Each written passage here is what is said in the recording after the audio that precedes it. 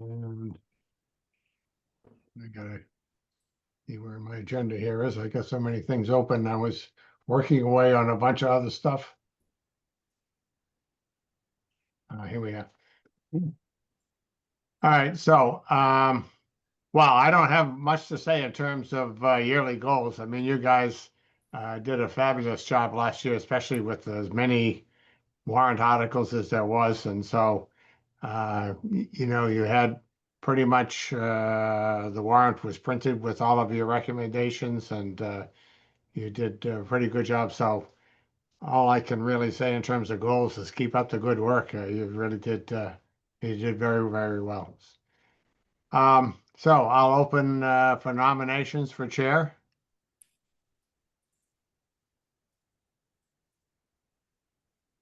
I'll nominate Jillian Prendergast for chair. I'll second that. Okay, Do Okay. do I have any other nominations?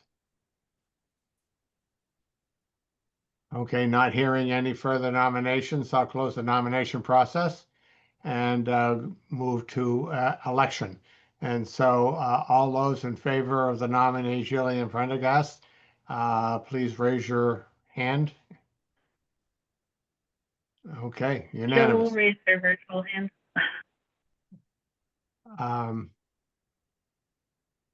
Okay, so you're now chair, Jillian, and so what I'll do is turn the meeting over to you, and then you can elect a vice chair and a secretary, and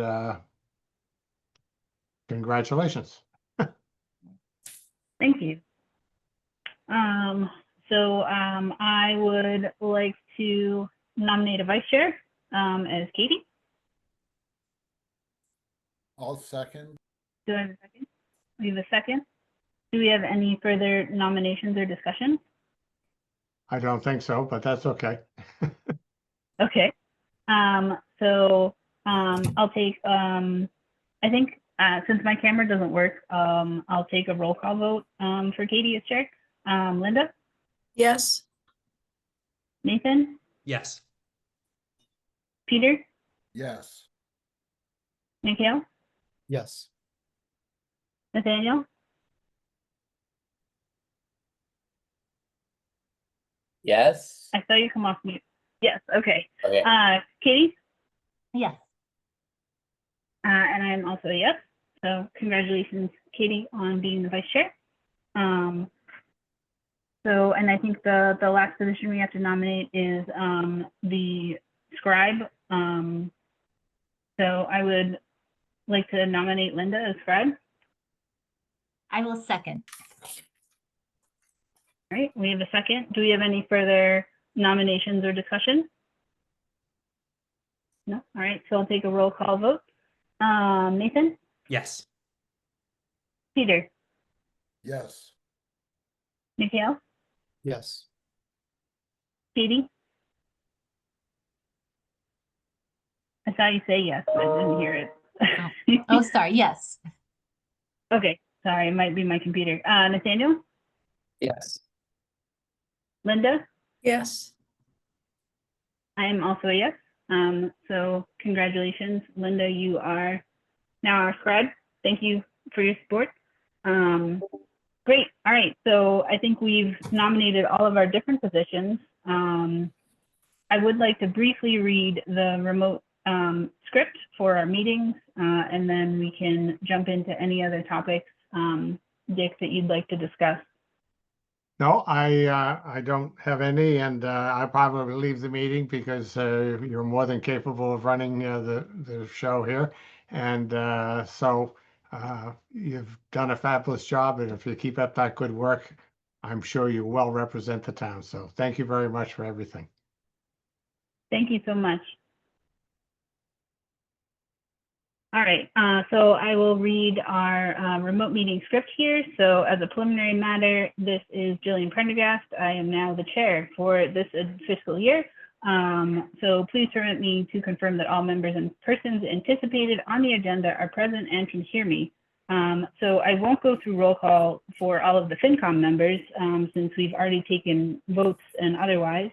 Doug, did you want to before I start reading the full remote meeting script, would you also like to open your meeting? How would you like to proceed there? Oh, no, Would we you don't like me do to anything wait? fancy. Go ahead, Okay. we can progress and we'll talk when it's our time. All right. And then, so I see we do have some staff on here. So Kevin, thanks for joining us tonight to talk about transfers, much appreciated. And then I see we have a bunch of our friends from the Capital Planning Committee. Thank you very much for coming. So, all right, let's see. So good evening. This is an open meeting of the Finance Committee. It is being conducted via Zoom. We will also be opening a joint meeting with the Capital Planning Committee as topic number 2. So speakers on the agenda will be participating remotely, and the chair may allow for the public to provide comment.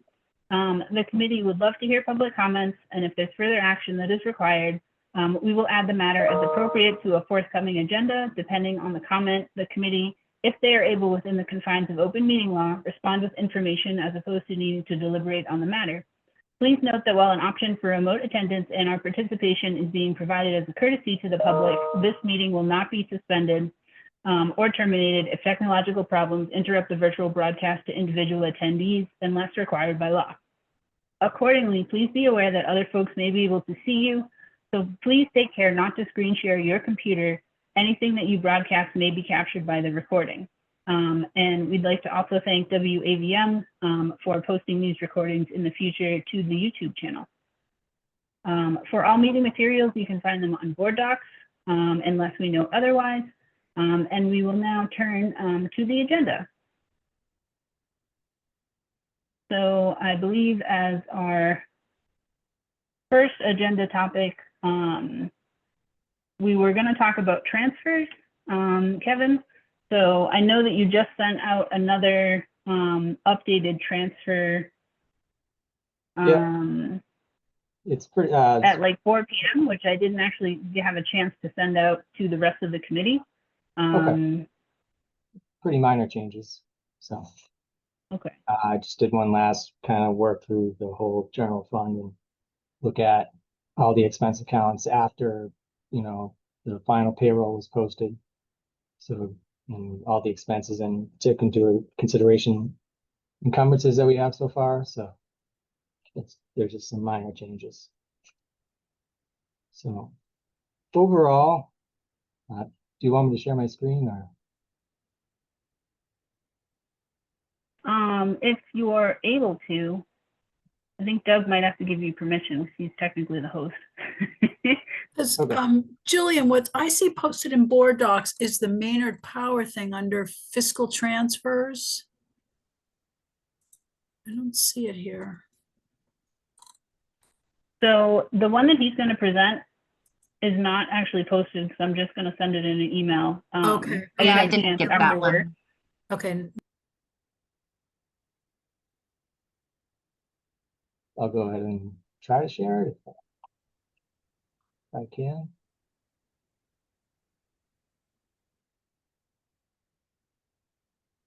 All right.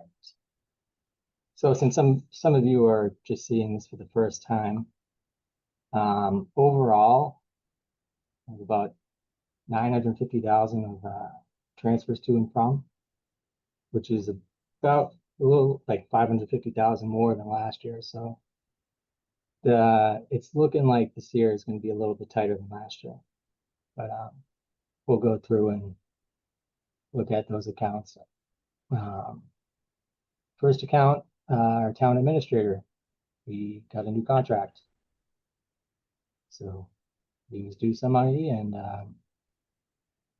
transferred about 36,500 there. And you guys feel free to stop me anytime and ask questions if you want. One of the main questions I have before we dig really deep into it is, when is our vote on these transfers required? Is this something that we can digest and then come back to a meeting next Monday to vote on? I believe that's fine, yeah. I think the selectmen aren't voting on it until not next week, the following week. Okay. Peter, do we typically vote on this after the select board or before, or is there procedural, or maybe you know, Kevin, does it matter? I don't think it matters. Last year, I think you voted on it before the selectmen. Okay. Yeah, I don't think it matters. I also would like to wait to vote on these. Kevin, how hard would it be to add the overall budget for each of these line items? The beginning budget? Sure, yes, the current budget. So to say it's a $36,000 change, it matters whether it's $1 million budget or a $50,000 budget. And, you know, without having to look back at everything, it would be helpful to have some of that information here. Right. It wouldn't be that much work, no. I could do that, yeah. The budget is available online if like, but I know you would have to go back and forth comparing them and but to have it here in one place could be helpful, sure.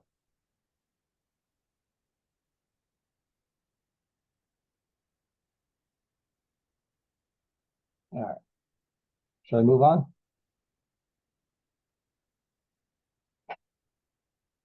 Yes, please. All right. Next on the list is the town administrator. We budget for contract settlements. There's a lot of unions that go into the beginning of the fiscal year that don't have a contract, aren't settled, so we don't budget unknowingly. So that's usually what we use to do transfers to cover those collective bargaining agreements and personnel contracts. So we're pulling 116 and a half from there. Town accountant, the assistant town accountant, she's part of the AFSCME union. Their contract wasn't settled until May of 2024, so that was under budget. Certification. This is for my additional certification that wasn't budgeted for. It's the MCPPO. The assessor. We had a contractual payout for our assessor who went to another town, so a payout of vacation, I believe. Clerical. This would be another also part of the AFSCME union. It's not budgeted for. Consulting services, we're pulling 16,000 from, wasn't used. Treasurer, the assistant treasurer collector, that position's been unfilled for quite a while. So we're taking 26,500 from there. Legal, $15,000 transfer to. There's a lot of unanticipated personnel vehicle costs this year.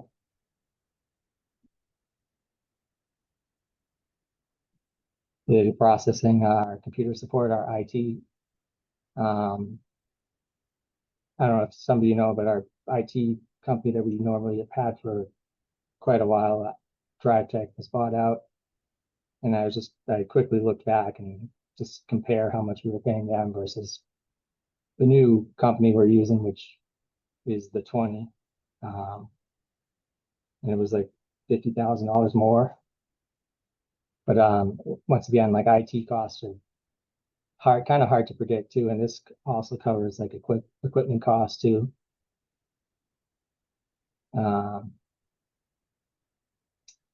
PEG access, insufficient budget, unspent capital. So we just kind of transfer within the PEG. So that's covered. Election and registration postage. We moved all the postage to the treasurer's department. She's the one that handles the postage machine, so all the postage runs through her. This probably should have been cut out of the budget and moved to there. So none of that $10,000 was spent this year. Election budget, we're transferring 11,000 to other purchase services for additional voting booths. We got new voting booths. Cover that, we have to transfer 11,000. Facilities, the old middle school, we overestimated the maintenance costs, just based on the prior year's actuals.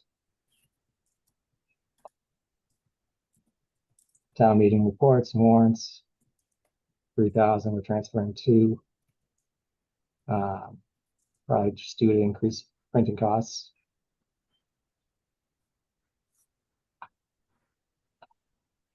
Police department,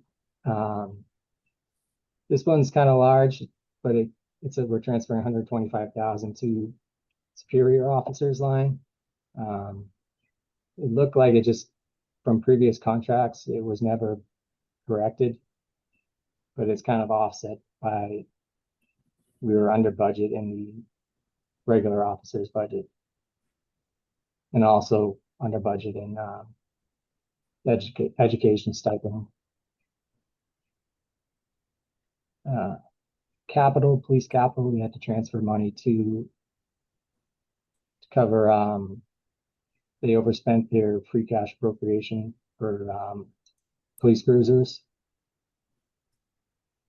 Just because the costs were going up, and we only set aside, I think, $50,000 or $60,000 per cruiser, when it's a lot more than that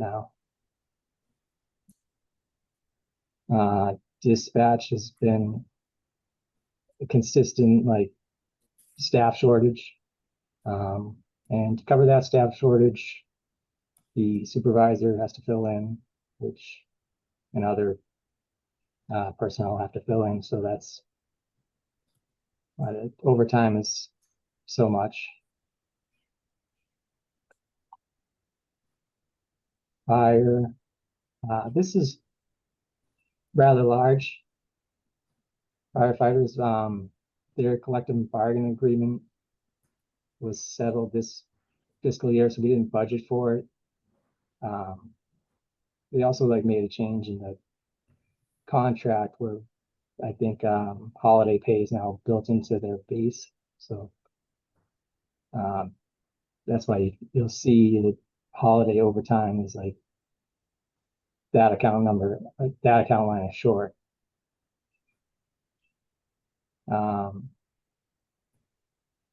Overtime for sick,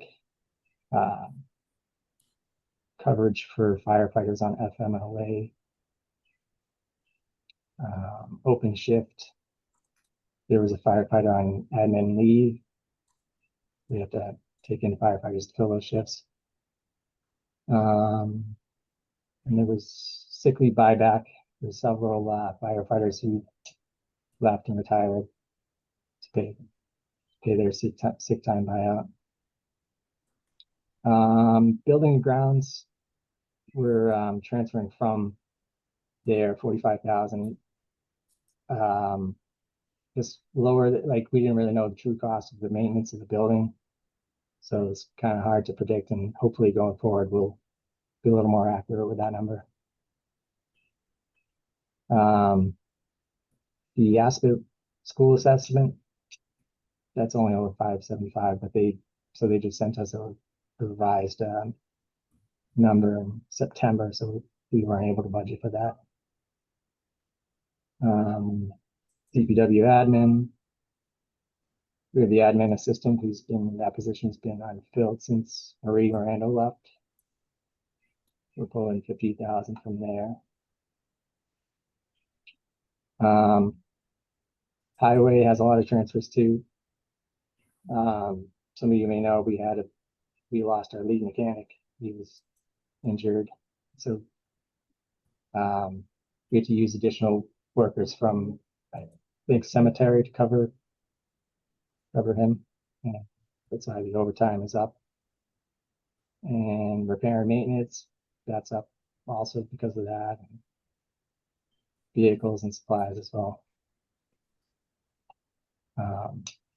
Snow and ice, we just underestimated the deficit at town meeting. That bill must have come in after the fact. Utilities, we've been doing pretty good on, so we were able to transfer 70,000, 50 from fire station, 20,000 from streetlights. Solid waste, this came in lower than anticipated too, which is good. I think that's based on how much the amount of trash. It's not, the hauling is a set fee. So this is how much the disposal is actually cost. Treatment maintenance, this has been historically underfunded. So we're transferring 34,000 to cover that. In municipal services, we've been without a conservation for a while now, since Julia left. So we're taking 40,000 from there. A lot of that, we had to cover with I'm sorry. We also had to hire a alternate building inspector and a health inspector on site. So those two accounts were over. Council on Aging Director, this was just budgeted incorrectly. $3,000 to the staff. This goes for it's part of the AFSCME union agreement. Programs came in under budget, so we were able to take 9,000 from there. Veterans agent, it was a payroll error, so he was overpaid in FY25, but we'll correct that in 26. The benefits were also over, but this should be offset by reimbursements in the state. Library director, that was budgeted incorrectly as well. Next one's assistant director, admin assistant, staff. Those were all part of the AFSCME union agreement. And the hourly staff was to cover absences and staffing. Roosevelt building, that we had to transfer 19,500 to cover emergency expenses, elevator, entrance doors, electrical, etc. Our debt service interest, long-term debt was short. That was budgeted incorrectly due to a correction at town meeting. That was just short because of bond premium. Health insurance, that's for, we're usually under budget there, so we're able to cover most of our costs with that. Medicare has gone up, and liability insurance premiums are lower than expected.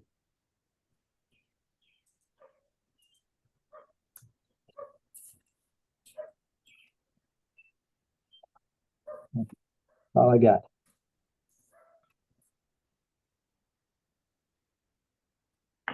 All right. Thank you for sharing that. I've circulated it as well to the team. So we can get this posted for our next meeting. Kind of like Peter said, I'd like to digest it a little bit, and going through it was helpful for me to frame that.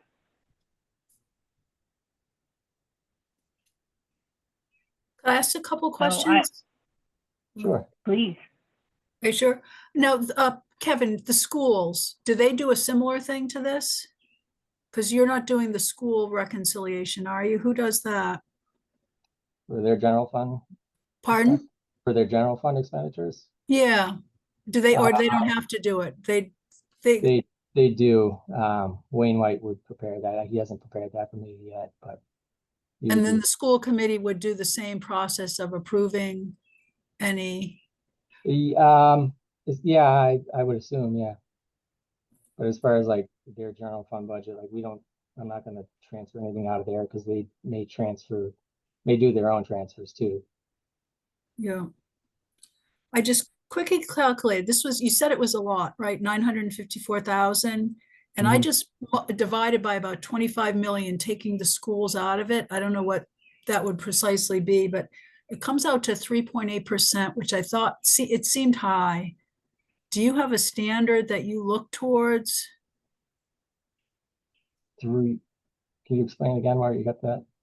So you took the $25 million budget from the schools out of that?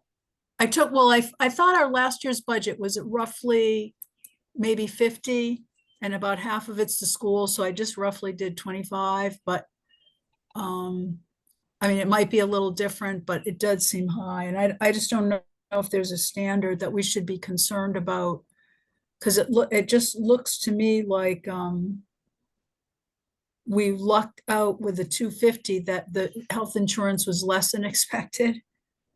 Because what would Yeah. happen if that hadn't happened?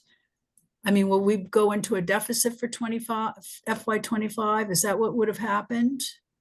Well, I was actually, when I was working on this, I was considering having a reserve fund transfer done to cover, Yeah, because the fire was particularly over the fire department in salaries because of those, the admin leave and the FMLA. So it did shake out in the end. yeah, Historically, we've always been under budget in health insurance. okay, And I mean, we also budget, that's 24. We also budget personnel contracts. So we need for contract settlements within the town administrator's department. So I'm not sure. Yeah. It's about the same for next year, I think. Unfortunately too, utilities came in under a lot. yeah, And I mean, a lot of them are made up by staff shortages, which is, it's a double-edged sword too when it comes to like police, fire, and DPW, where you have to cover those positions yeah. with overtime. And then the DPW expenses, that was overtime because someone was otherwise, they didn't leave the position, right? You said loss of mechanic, they just couldn't, like extended sick leave or something. Yeah, So we were still paying that, and then we had to pay overtime, as opposed to we had a minus when someone leaves a position, so we get right. some expected. Okay, thank you. That was great. Thank you.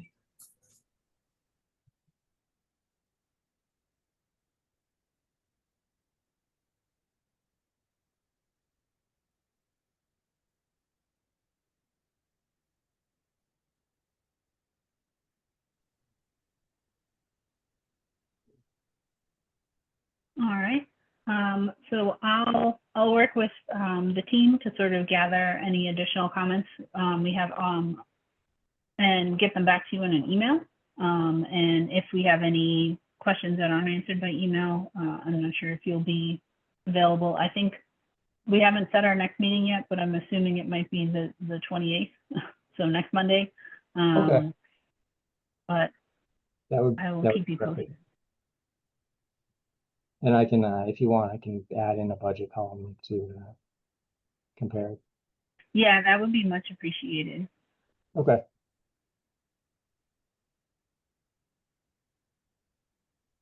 Thank you very much. You're welcome.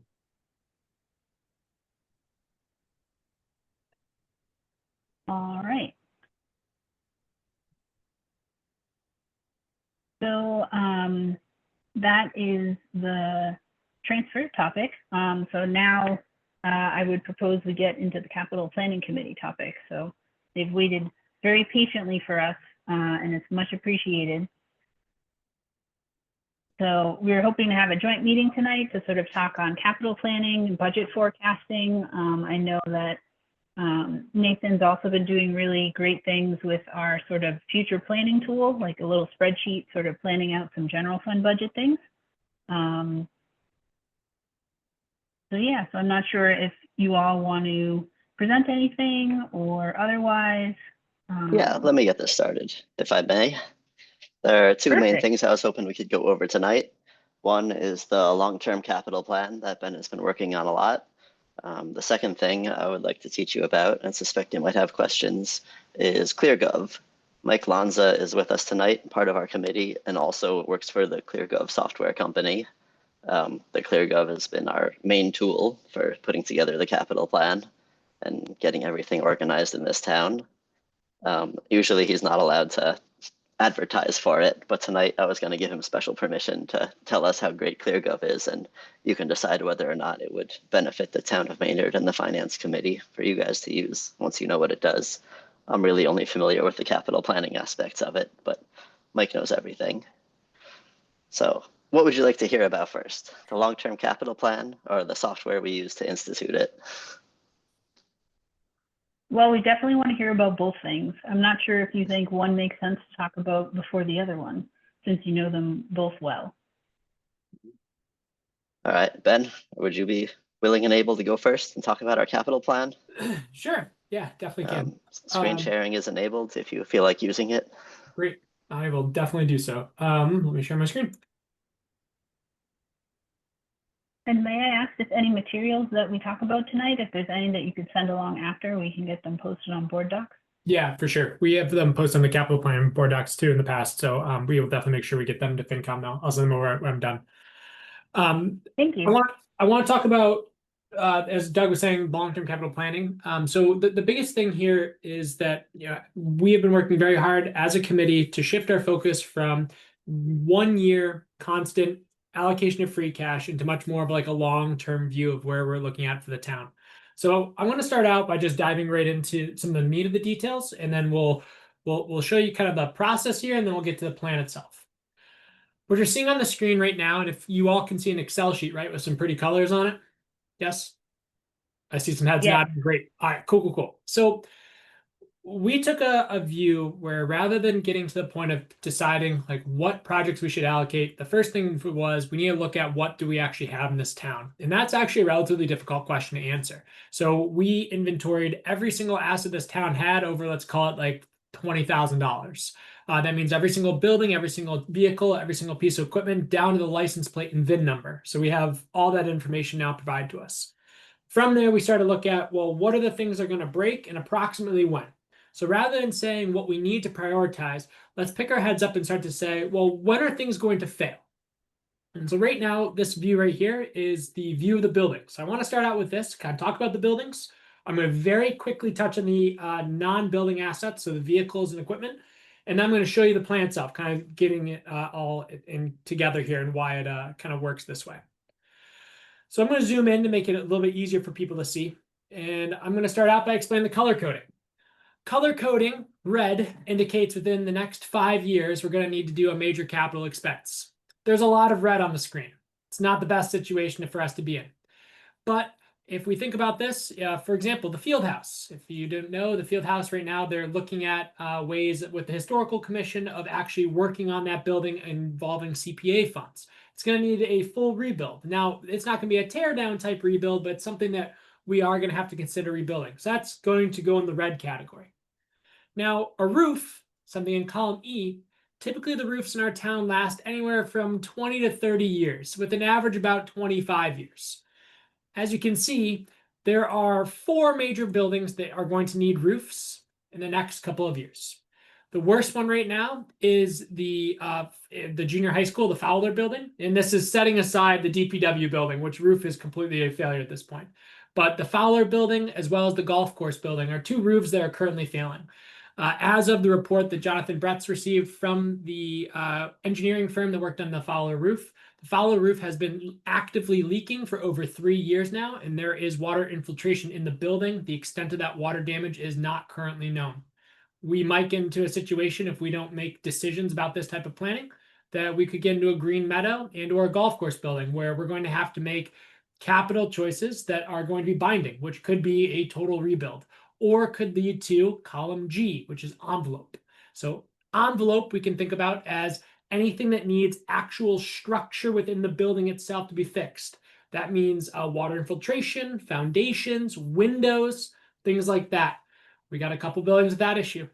And then last but not least, we have HVAC. I'm not going to go into all the details here, but as a whole, everyone should keep in the back of their mind that recently Maynard passed an ordinance that required us to move forward with a green initiative, meaning that typically speaking with our HVAC units, the units that are on top of the buildings, we are going to have to remove from the top of the buildings, use heat pump technology on the sides of the buildings so that we can actually keep with that initiative that we've been, we've adopted as a town. In addition, that will free up the roof of the building to allow us to use something like a solar put panels up on top, which can then, again, meet those green initiative standards that the town chose to adopt a couple of years back. So just FYI, HVAC's a lot more expensive because of that. We can do some repairs in the buildings that we have, but at some point, we're going to have to take them off the roof to meet that other initiative status. So again, just something to throw out there. This is how we looked at all buildings. We chatted with DPW directors, we chatted with the department heads, we started to look at when are these things going to fail. Now, there is also some good news. Some of these things, when they do fail and they need to be repaired, we can repair them over time. That's what we've been doing right now with some of our current HVAC systems. We've been slowly fixing the parts, and we can keep tinkering with these things to keep them moving for a longer period of time. But again, as I mentioned, at some point, they're going to have to come off. We can patch the roof, but something like a Fowler roof, we've patched it so many times, it's basically all patch at this point, not much roof left. So we got to make a choice about how we're going to actually fix that. So this is buildings. Anyone have any questions on buildings? And I'm going to spend about a third of the time on the other assets, and then we're going to talk about the plan. Does anyone have any questions about the methodology associated with this right now? I have a question about what's orange. Orange is 10. That's medium. Yeah, no, it's 5 to 10 year window. So orange is 5 to 10 years. The only thing that's in the 5 to 10 year window right now is the high school. The HVAC system will be phased out in about the 5 to 10 year mark. HVACs typically last about 20 years. Crazy enough, in 2033, our high school will be 20 years old. So not a new building. And then yellow is 10 to 15 years. Green is beyond 15 years. So we don't have to start thinking about it quite so soon. Ben, to what extent are the years to replace based on, like an engineering assessment, and to what extent is it like roofs last 30 years and we're going to take the date of replacement and add 30 to it, for instance? So the reds are typically engineering. Oranges are, we've been starting to have some failures, so we got to be worried about that. Yellow is exactly what you said. What I did was to make this a best case scenario. If it's, hey, these things last typically 20 to 25 years, we pick 25 years. So that's kind of how the timeline is. The biggest thing with forecasting, I think that this is really important. When I initially started this project, I got a lot of pushback from individuals saying this was not a worthwhile exercise because we'll never be able to pick it. I will tell you right now, this is wrong. There is no way that the high school roof is going to fail in 2038, the HVAC in 2033, and the envelope in 2043. 0% chance of assigning that. However, as a town, this is approximately when these things fail. And if you talk to individuals like Josh Morse, who works in another town nearby, he looked at our approximation for roofs, HVACs, and envelopes. He goes, that's kind of how we plan too, right around those windows. So again, we picked the most, optimistic, meaning that in 20 to 25 years, we said Maynard's going to hold on for 25 years. But again, that's kind of how we're looking at the yellows and the greens. The reds are junior high school, the roof needs to be repaired. We have an engineering report. The HVAC has been being repaired at $60,000 a year for the past couple of years. Every other year or so, they had to do an emergency one earlier in this year. Something like the Glenwood Cemetery building. This is actively leaking right now. So we got only a couple of years left before that thing falls over. So again, like we're to the point now where, rubber hitting the road. If that makes sense, Nathan. And what about the gray NAs, like the last one, the wastewater treatment plant? Yeah, so wastewater treatment plants, all these NAs are ones that don't actually have these systems. So something like a wastewater treatment plant, it actually doesn't have an HVAC system involved in it. So the only way you'd actually rebuild that building is you tear it down. The roof as well. But does it need a roof or no? No, they're designed to fail in modular standpoints. So they'll all fail at once. You wouldn't do a repair on it because you'd have to do everything at once. So it's better just to bulldoze it over. As well, I should note that water is really sort of in our capital plan. You notice I don't have any comments over here in this final column over on this side, because water's more in the water improvement plans that we have. So they're a little bit separate. So I will hesitate to talk too much about water because there's already a very advanced plan, Linda, as you know from Justin about that. And would that be from it wouldn't be from the capital budget, it would be from the water sewer enterprise fund? Correct. Okay. All right, moving on. And as I move on, I will briefly touch on one other subject that Nathan I've sent over to him. So given this with buildings, and buildings is one of the biggest forms of our debt, I worked with the town treasurer slash collector regarding trying to determine out a very, very, very exact schedule for our debt servicing cost. I'll send this around too, but Nathan has this so that he can incorporate this in his financial planning tool as well. But this is the actual debt servicing cost that our town has agreed to at this point. The only things that are currently questions is Green Meadow. You can see right here, we've only had one official bond for the Green Meadow. There'll be 3 bonds, but approximately speaking, we can assume that the bonds are about 1/3, 1/3, 1/3. Is it going to be exactly that? No. So that's the only estimate that is in here. Sadly, the estimate is the orange bars in the graph, but I'll not talk too much about this because again, there's not much work besides moving the data from the PDF files that we've agreed to in the bonds to the spreadsheet. And Nathan's got this, so I don't want to spend too much time on debt service for that reason. Unless anyone has any quick questions, I really want to move on to assets and then the plan. I'll take silence as a good thing, but please interrupt me at will if you guys have any questions, or anyone has any questions. Okay, moving on to the exact same status here happened with assets. I don't want to spend as much time with assets because it's a very similar process with buildings, except for we're not going to worry about fixing the HVAC in a dump truck. We're just going to buy a new dump truck, right? Obviously, we have a mechanic on staff, so we are repairing these things over time. But as a capital planning committee, we're not going to try and forecast out when those individual parts fail. We're going to use as many parts as we can into those vehicles until they actually fail and are no longer usable. We then send those vehicles to a salvage yard. We do make some money off the metal in the vehicles themselves, and we go buy a new one. That's kind of how our process works. If you haven't been over to the Maynard DPW garage, we run our vehicles into the ground, and then we try to resurrect them for another couple years, and then we run them into the ground again. So when we say these things are failing, it is literally they have soldered things together hoping for the best. We do have a snow plow from 1968 that we still use. So just to show that we still have some things from almost 60 years ago still rolling in our fleet. The chart right here, oops, excuse me, I'm going to zoom in on the chart for everybody's standpoint. This is our fleet and equipment managing costs that are forecasted. So again, this is not prioritized. This is failure points. So as was noted earlier, well, some of these things we're not going to be 100% sure on. We're a lot more confident in the next couple of years than we are in the later couple of years, as one could imagine. So, for example, you can see we have funding sources well here that I will go through a lot more in detail when we get to the plan. But we have actually brought all this information out by VIN, by plate, by department, by year that it was purchased, by the type of vehicle, everything. The one thing that we know very clearly, though, if I look at this graph, is that we have agreed with the police department so far that every other year we give them 1 or 2 police cruisers on a 1-2-1-2 basis. So that's something that is a reoccurring expense that we can plan for. So again, that's just something to take note of in this case. Besides that, we have a lot more of the larger capital assets. So we have dump trucks, we have wood chippers, we have backhoes, we have all that stuff we have to talk about. We have all that information and phased in. I think it's best to not talk about it here and move over to that plan itself, unless anyone has any objections for the fleet management side of things to go right in that final detail there, where I think the meat of the conversation will be. I will again take silence as a good thing. I know I'm throwing a lot at you, so please don't hesitate to interrupt. And again, I'm sure there'll be follow-up questions at a later point. So all that being said, we took the buildings and we took the vehicles and assets and all that, we put it together in the plan. And this is what Doug was alluding to, which is the long-term capital plan. I thought it was important to go through the initial building blocks and how we got here. Starting out, I'm going to dive into 2025 because we've all seen this.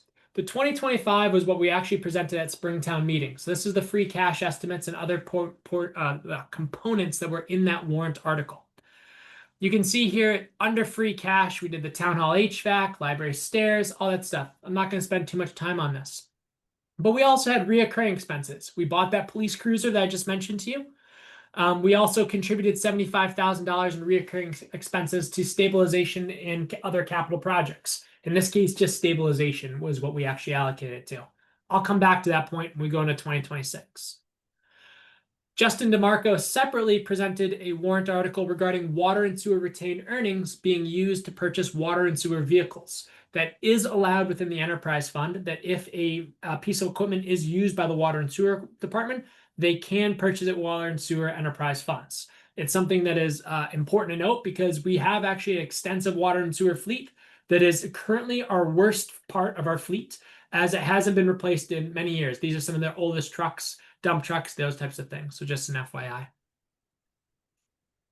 2026 is going to be a good one for us to sit down and really sit and talk about here. And the reason for that is this is something we've never actually done. We haven't looked at this type of capital plan yet. This is next year. These are things that are going to fit. As I noted regarding buildings, we've already kind of talked about here. I'm going to highlight the buildings on the screen. The first one's the Glenwood Cemetery building. As I mentioned, the envelope of that building is falling apart because there's water intrusion. So chatting with Justin, he goes, there's probably going to need $50,000 repairs before, so we don't have to knock that thing over next year. That thing is actually having structural problems, like some of our other buildings. So that's going to be one of those repair moments to the envelope of that building over there.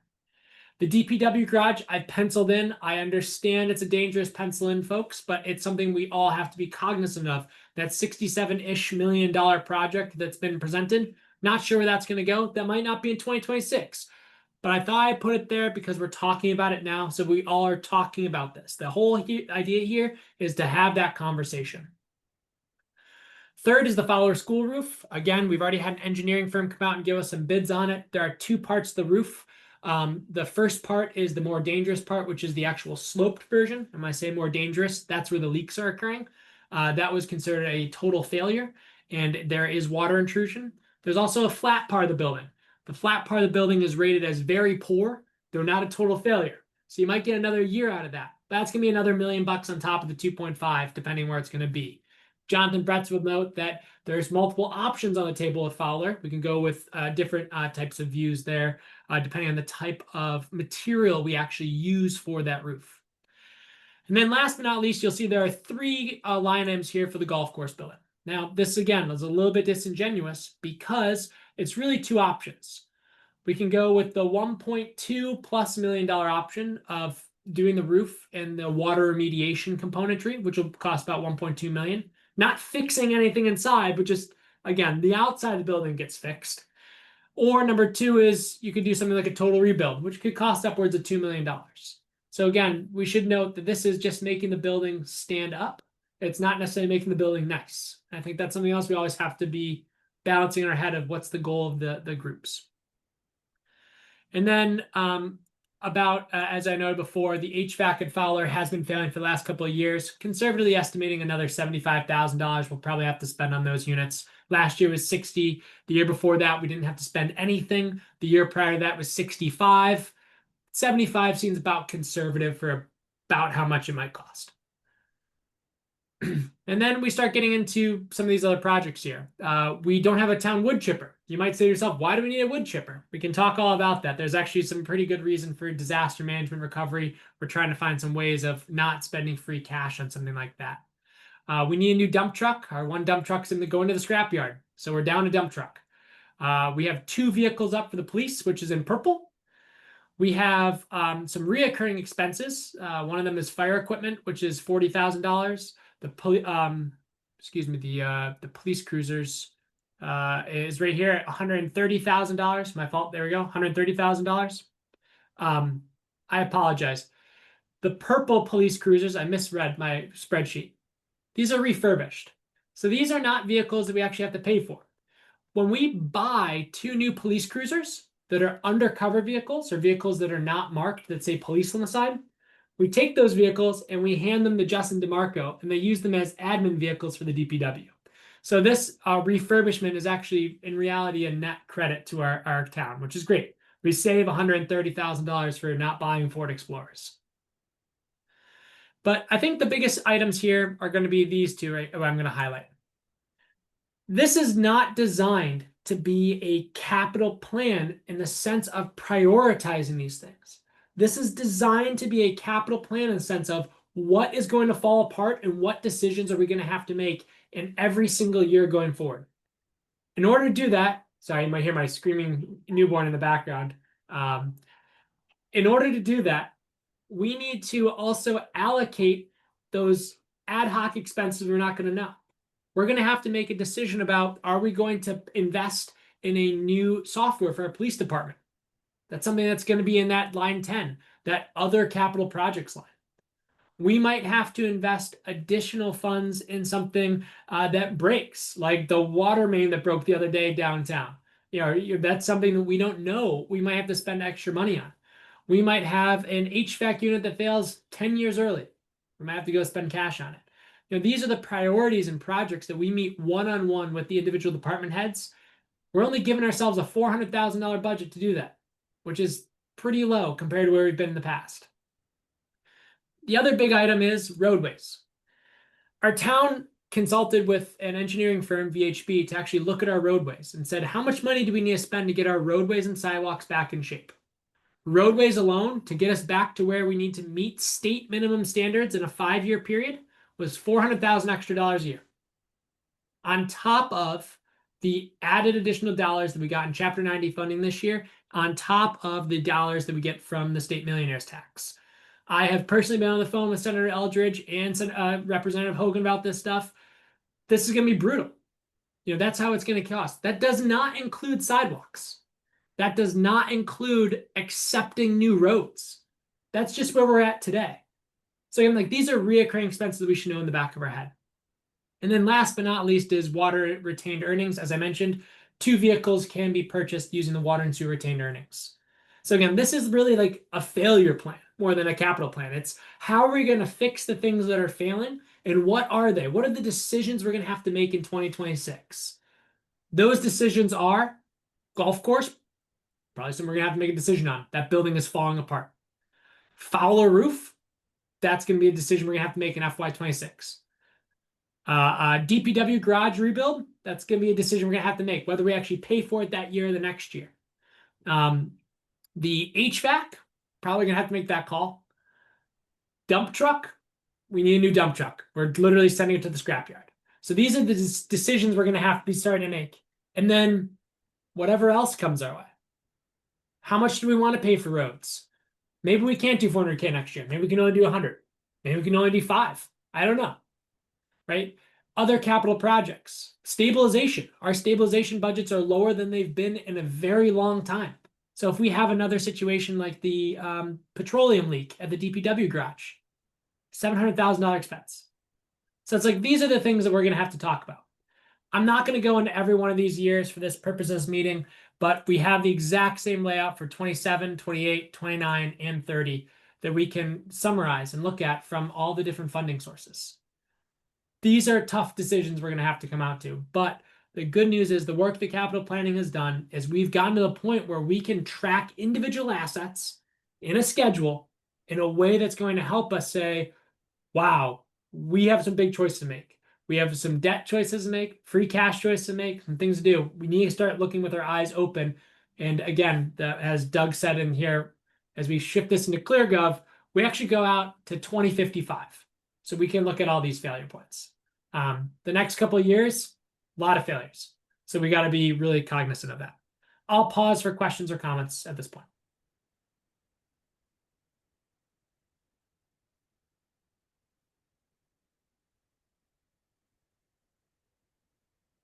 I did want to make a comment just to say that this is a very very good spreadsheet, and I think this is a really good way to look at it. It's brought to light a bunch of things that I wasn't aware of. So I think this is a really great tool. Thank you. I And think thank Nathan you and I for are going through it competing. so clearly. I think Nathan and I are competing for the fanciest spreadsheets. I think that's what it comes down to. You both get gold stars. I've got a question for thumbs you, up. Ben. Sure, A lot of Doug, inside unforeseen question. Love expenses it. coming up soon. What's the town of Maynard going to do to pay for all this stuff? Sounds like it's going to be expensive. So Doug's right. Obviously very expensive. So one of the things about opening eyes to all these projects is that, yeah, you're going to start totaling these things up. We used to talk as capital planning that we had our eyes about $150 million in projects over the next 30 plus years. That number's a lot bigger because you have all these buildings and everything else that are going to have to be discussed. What are we going to do about that? Well, that's where, again, we know that we have some debt servicing coming off in the next couple of years. We also know that we have some debt servicing coming on. So you have the debt question you can start to discuss. Number two is reallocation of funds. And that's something I think FinCom, we need to talk about. You know, one of the things in 26, as I click over here that we can talk about that other towns do, is this roadways. You know, other towns use the vehicle excise tax or a portion of that to pay for their roadways to actually meet their roadway budget. That is not something Maynard has done in the past. That's something we could do. We could make that decision. Now, what does that do? That pushes other funds down the stack, right? You're putting other priorities at other points down the stack. The other thing, and Doug, to answer your question, is bundling. By going in here, knowing these things, and actually knowing that this stuff's all going on at the same time, we can make better choices. The things that irk me is that because we didn't see this, have this perfect foresight, is we're going to be forced to make some really bad choices. For example, on number 7, if we choose to knock down the golf course building, which is an option that I think should be seriously considered. In doing so, we will have put in a brand new boiler system and heating system in that building in 2013, which should last us until about 2040, that we will bulldoze if we were to do that. We put in hundreds of thousands of dollars in that building for that purpose. That's unfortunate. But we also have to weigh the pros and cons of that HVAC unit being in there and the fact that we're going to spend about the same amount of money to just repair and try to renovate where we're at. So I think the idea, Doug, is that I don't have an answer for how we're going to pay for it besides debt and raising taxes, which sucks, or reallocating funds, which suck. But we're at least going to do it by knowing the information we need to know to make these decisions today. So that's the tough part. We're going to have to make really tough calls. Or select board is, I guess, in the town. Thank you so much for that presentation, Ben. Anyone else have any questions? I know Nathan, I saw you unmute there, or Linda. Yeah, and Ben, I had just to follow up on that about the sources of funding, how we're going to pay for this. Is in your spreadsheet, how do you, like, say with roadways, we know we get a certain amount of state funding every year, I believe, Chapter 90 or whatever. And how do you build that in? Or like what we're projecting we're going to get from the state? Great question. So this is net of all those projections. So that means this is the remainder, that 400K. So but it's in, so it's in the cost, but not in the resources. Sorry, maybe I misinterpreted. So when I say we have 400K, I'm saying we're gonna have to spend 400K on roads and sidewalks after we get state funding. Okay, so yeah. So in Now, is reality, that a good way to do it? Well, anyway, so that's good. So it's a net. So it's net. And for roadways, anything else that's net like that? nope, that's it. The only one that's netted out. And the reason for it, I just didn't want to get into the Chapter 90 discussion, but I'm more than happy to. Basically, we have like 500K in Chapter 90 plus the Fair Share Act. Though they actually, I'm not sure if you guys caught it, they cut the Fair Share allocation this year. So we're not going to get that 535 we were expecting to, 535,000 to the state. We're going to get a little shy of that because they decreased our fair share. We're increasing our Chapter 90. That took me a little while to try and figure out how that happened, but just FYI. So we're going to get like 400 something, I believe, at the end. And then we just saw an email that we got 2.1 million grant for some water thing. Yep. Can we factor in or be more aggressive in other kinds of external funding like that? Or is there any possibility on any of these projects? That's a great question. So the 2.1 million extra dollars in the funding for the water and sewer, first off, that's obviously earmarked for water and sewer, which is out of scope Yeah. for this project purpose. But I think everybody should. I'll say this very plainly, but also say this try to lightly, and take it how you will. We currently have two of the highest ranking members in the state house as our state senator and state representative. And we have the majority whip in the House of Congress as our representative. If you look at the allocation of money that Maynard gets on earmarks from our state, we get a ton more than we should. So I hate to say it, but right now is the gravy train.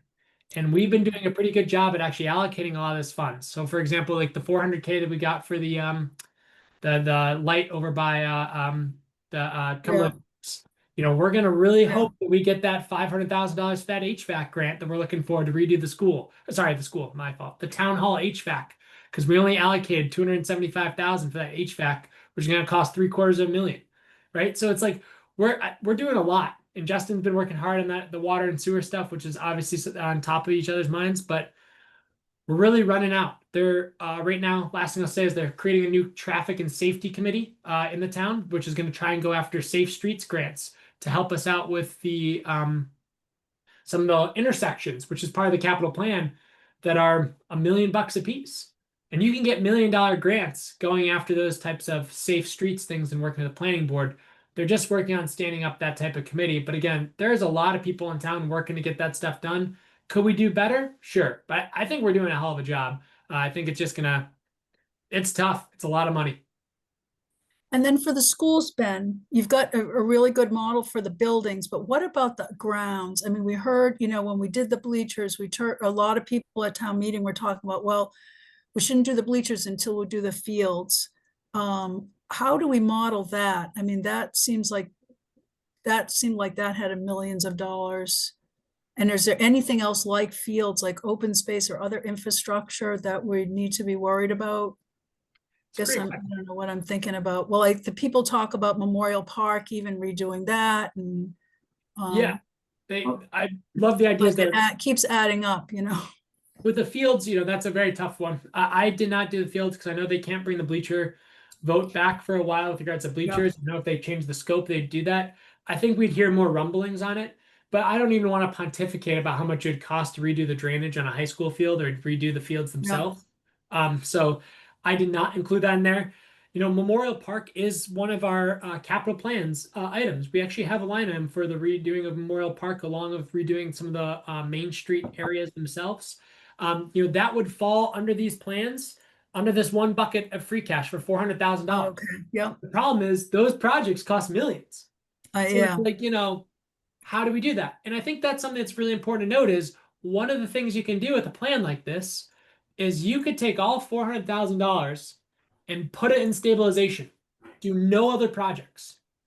And then next year you'd have $800,000 that you could then go tackle on those bigger projects. That's where we can start forward thinking about these types of projects and plans. Yeah. And then you had DPW garage at 67 million. In my mind, it was going to be 23 million. Am I wrong? Is 67 is right? 67 is a new number. It's okay. I'm sorry, I was in La La Land. Thanks, Ben. No, phase one, there's different levels, but I did 67 hit the middle. There's 65, 67, I think a 72, but someone can quote me on that 72. Okay. So I picked the middle one for it. Yeah. Okay. And Bob McCarthy, I know you had your hand up. I apologize. He dropped off. This is Jonathan Bretz. The community preservation has money available for open space, recreational space. And they do a lot of projects in town. They could do things with Memorial Park. They actually own the golf course right now. And we're in discussions with the town about what to do with the building, golf club itself, and how to sort of get the community preservation out of being the owner of the building itself. We're only supposed to be the owner of the open land. But there is, for parks and open space, there is a community preservation. And also, until a town department comes forward with a identified need we aren't necessarily gonna know about it, so it may not be in this plan. Great comment. And Jonathan, to add on to that, the field house that I mentioned right here, I have CPA as a potential source of funding on this one in 2027 because that's a historical building. The Okay. cemetery building as well, that's technically a historical building as well in the town. It's something that could be discussed, but the CPA has limited funds too. They can't go and spend millions upon millions. So that's something else that we all have to be cognizant of. There's only so much of the pie to go around.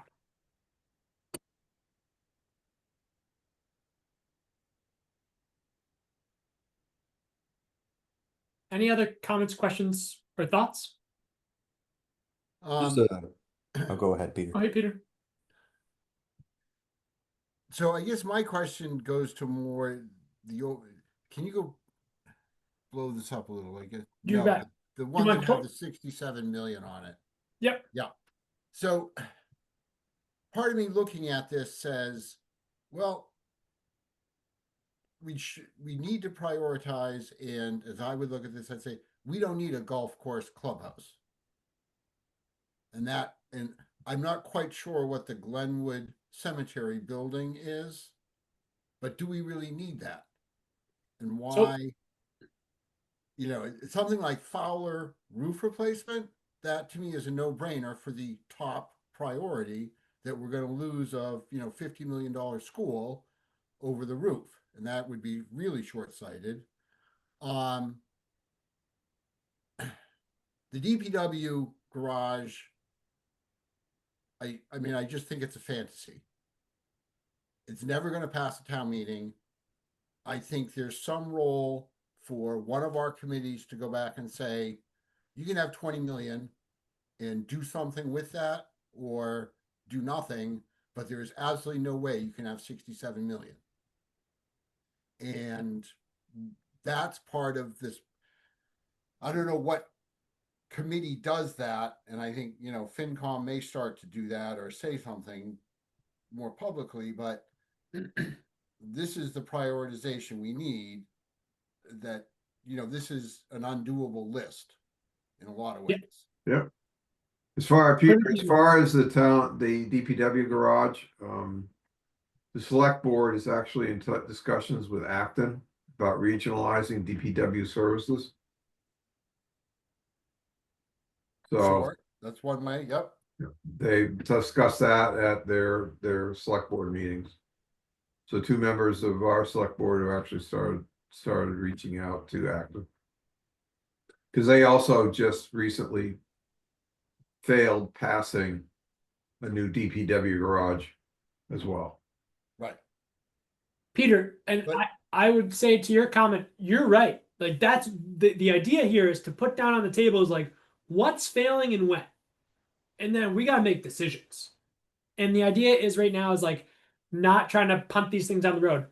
I wrote an email to Greg Johnson the other day, and I'll publicly say what I told him. I said, you need to put together a building committee for the next 5 years. Then look at all these building projects and make decisions. I'm like, because there's a point where we can tell you and advise, but like we need to start putting pen to paper about how we're going to do this and what we're going to do.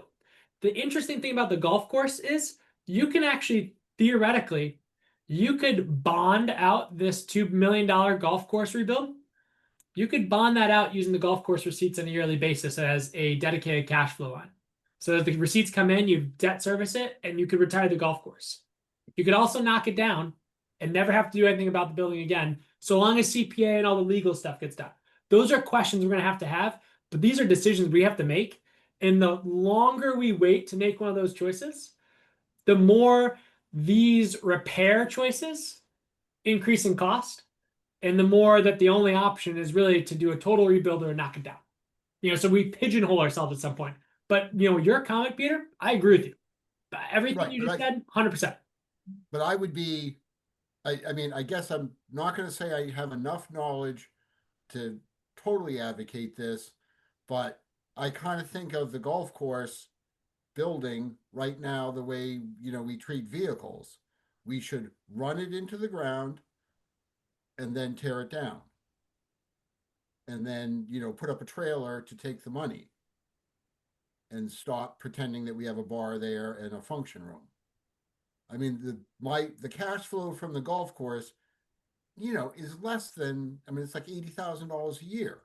Yep. I don't know how much bond that actually gets us. Yeah, you have a 30-year bond. You fully agree. I like I said, that's one of the options on the table. But we have to make that decision. Like, I don't know how much. I don't know who has to scream at who to be like, put this on a meeting. We can't get Capcom to present this information on select board. Like, I don't know. We're trying our hardest to get like this info in front of people, and we got to make these calls. And it's like, I fully agree. We should the golf course. We need I'm sure there's going to be people that want a town survey and a town discussion, and that's very important. We want to bring people in, but we got to make those decisions sooner rather than later. So that if we want to put up a temporary trailer, that's a great idea. That's going to cost money. It's like we got to make those calls. But I agree with you. You're speaking a lot of truth, Peter. I love it.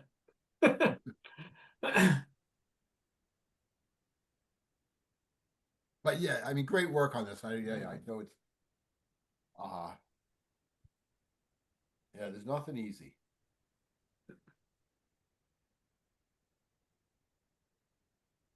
All right, is that everything covered for the plan and the questions? I had a question about about like the schedule of replacing vehicles. Because the one thing we drive vehicles into the ground, you mentioned a snow plow from 1968 that's still in service, but there's also a recurring, every year at town meeting we're getting some new vehicles. You mentioned the commitment to the police station and getting new cruisers on a 2 1 year and then 1 2 years later every other year, right? Yep. Is that something that is that like already like stretched as far as it can possibly go? Are we like legally bound to the commitments that we've already made? Do you have any more information on that? So it used to be 2-2-2-2-2, and we got down to 2-1-2-1-2-1. So we made improvements. Nothing legally bound. I believe that was the discussion that happened even before my time in that case. But you're right, Nathan, in the sense that we do have to replace vehicles regularly. And the reason for that, if I may, is we own a ton of vehicles. This is so currently owned. Here we go. I'll give you the owned level of vehicles.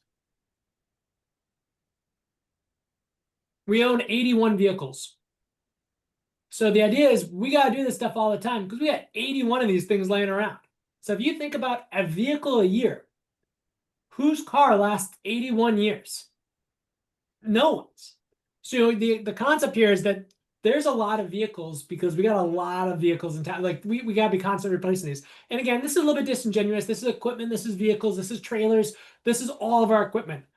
But in reality, you got to be replacing these things every 20-ish years. It's hard not to keep this cadence up. And if what happens right now is if we fall behind, like this past year, we only got one vehicle down, and it was a cheaper vehicle, is the Ford F-350. Next year we're gonna have that dump truck. That's a $325,000 vehicle. That's a lot of F-350s. But our dump truck is gone. So it's like those are the decisions we're gonna have to start making. So, but that's why there's a lot of. I couldn't believe how many vehicles there's down on us, and this is a number that's been shrinking. So we're actually in a good shape vehicle wise compared to where we were, which is shocking to me too. That help answer your question? Yes, definitely. All right. Enough for me. Unless you have questions, I'll send these all over to Jillian. Doug, Mike, take it away. All right, would you guys be interested in learning about ClearGov software tonight? I mean, you can say no, but we'll end the meeting early, or we could learn some more. Up to you, finance people. I, as one member, would be very interested because I think we've talked about potentially using this instead of using the Excel spreadsheets. I agree. Okay. My starting thing would just be, I thought the town already did use ClearGov. We use ClearGov. I understand you guys do not use ClearGov. Well, us FinCom accepted, does I not use mean, ClearGov. I thought the town was using ClearGov for the budgeting and that was active last year. They are, and I can speak a little to this. I can add some color to this. So I'm actually an employee of ClearGov. Been with the company for 5 years. We're based out of the mill. Right now, the town is subscribed to 3 modules, but there are quite a few more. It all depends on where you need help in your budget process, whether that be the capital, the personnel budget, the operating budget. If you need help being transparent, presenting your budget figures, whether that be through a transparency portal or through an interactive annual budget book. There's also strategic planning. There's also digital financial reporting. So the company's really grown, and we've grown out to support different areas of budgeting. And you can think of it like an a la carte menu, where depending on where you need help and where you want to replace those spreadsheets, you can, of course, subscribe to those modules. And that's exactly what it's meant to do, is to create a repeatable, scalable budgeting process to make it easier for staff and officials to save time and just have a smoother, better flowing process with a more forward, outward thinking view. It's amazing how much time gets lost in the minutia of spreadsheets, and it pulls away staff from other more important work. So hopefully that's a helpful preface. Any questions on that, or was that helpful? I can speak to what the town has too, and what we use. I don't suppose you have like any like sample of what it would look like. I just have like a hard time understanding what it would be without getting into the detail. Yeah, let me share my screen here. Can everyone see my screen okay? Yes, I see it. Excellent. Thanks, Doug. So right now I'm logged into ClearGov. You can see the modules that we have subscriptions to: the transparency portal, operational budgeting, capital budgeting. There are other modules too, as I mentioned, like strategic planning, personnel, capital project tracking, budget book. We also have a licensing and permitting module. But these tools like capital budgeting, this has enabled the capital planning committee to be able to come in here and run scenarios, as well as to more easily collect and manage capital requests from our department heads. So department heads are actually submitting their requests in ClearGov through forms that we've set up. So we have forms, as you can see on the screen, for every type of request, whether it be an improvement like a building, maybe it's an equipment, maybe it's other. There's going to be a form related to that, and we're going to be able to collect, like water and sewer, all the necessary information surrounding the request. This is going to reduce the back and forth, the emails, phone calls, misinformation, right, where people aren't seeing the same things. So this is going to have all that information. We've also implemented a scorecard. Scorecarding is really powerful, and I just want to speak to that. This is letting us create criteria that matters most to the community, right, to the town, and we're able to apply weighting. So when a department head goes in and they rank their request, the scorecard is actually going to give us a total based off what we determine to be the most impactful criteria, right? And you can choose that criteria and you can adjust the weighting as needed, but it gives us actionable insight into the request. So it's not just a matter of what's the department head's priority, it's how does this fit the town and what we've identified as the most important thing based off the criteria.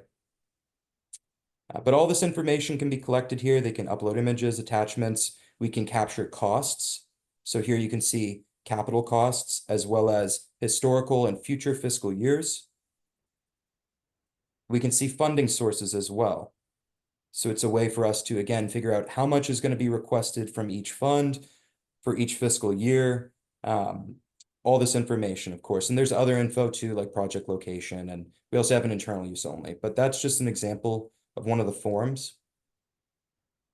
Once we've got the forms, we're then able to run scenarios.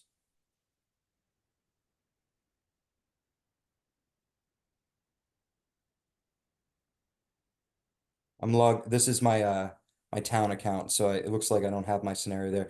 Essentially, the scenario would let you play around with, what if we funded this project? What if we funded that? What if we pulled money from this fund? What if we push this out into a future fiscal year? The idea of these scenarios is that you can then present it via this dashboard. So this dashboard, I mean, candidly, Ben did an amazing job with the presentation, and I think he hit the nail on the head, which is it's a pretty big number, right? It's I hope everyone sees that it's over $500 million. Just let that sink in.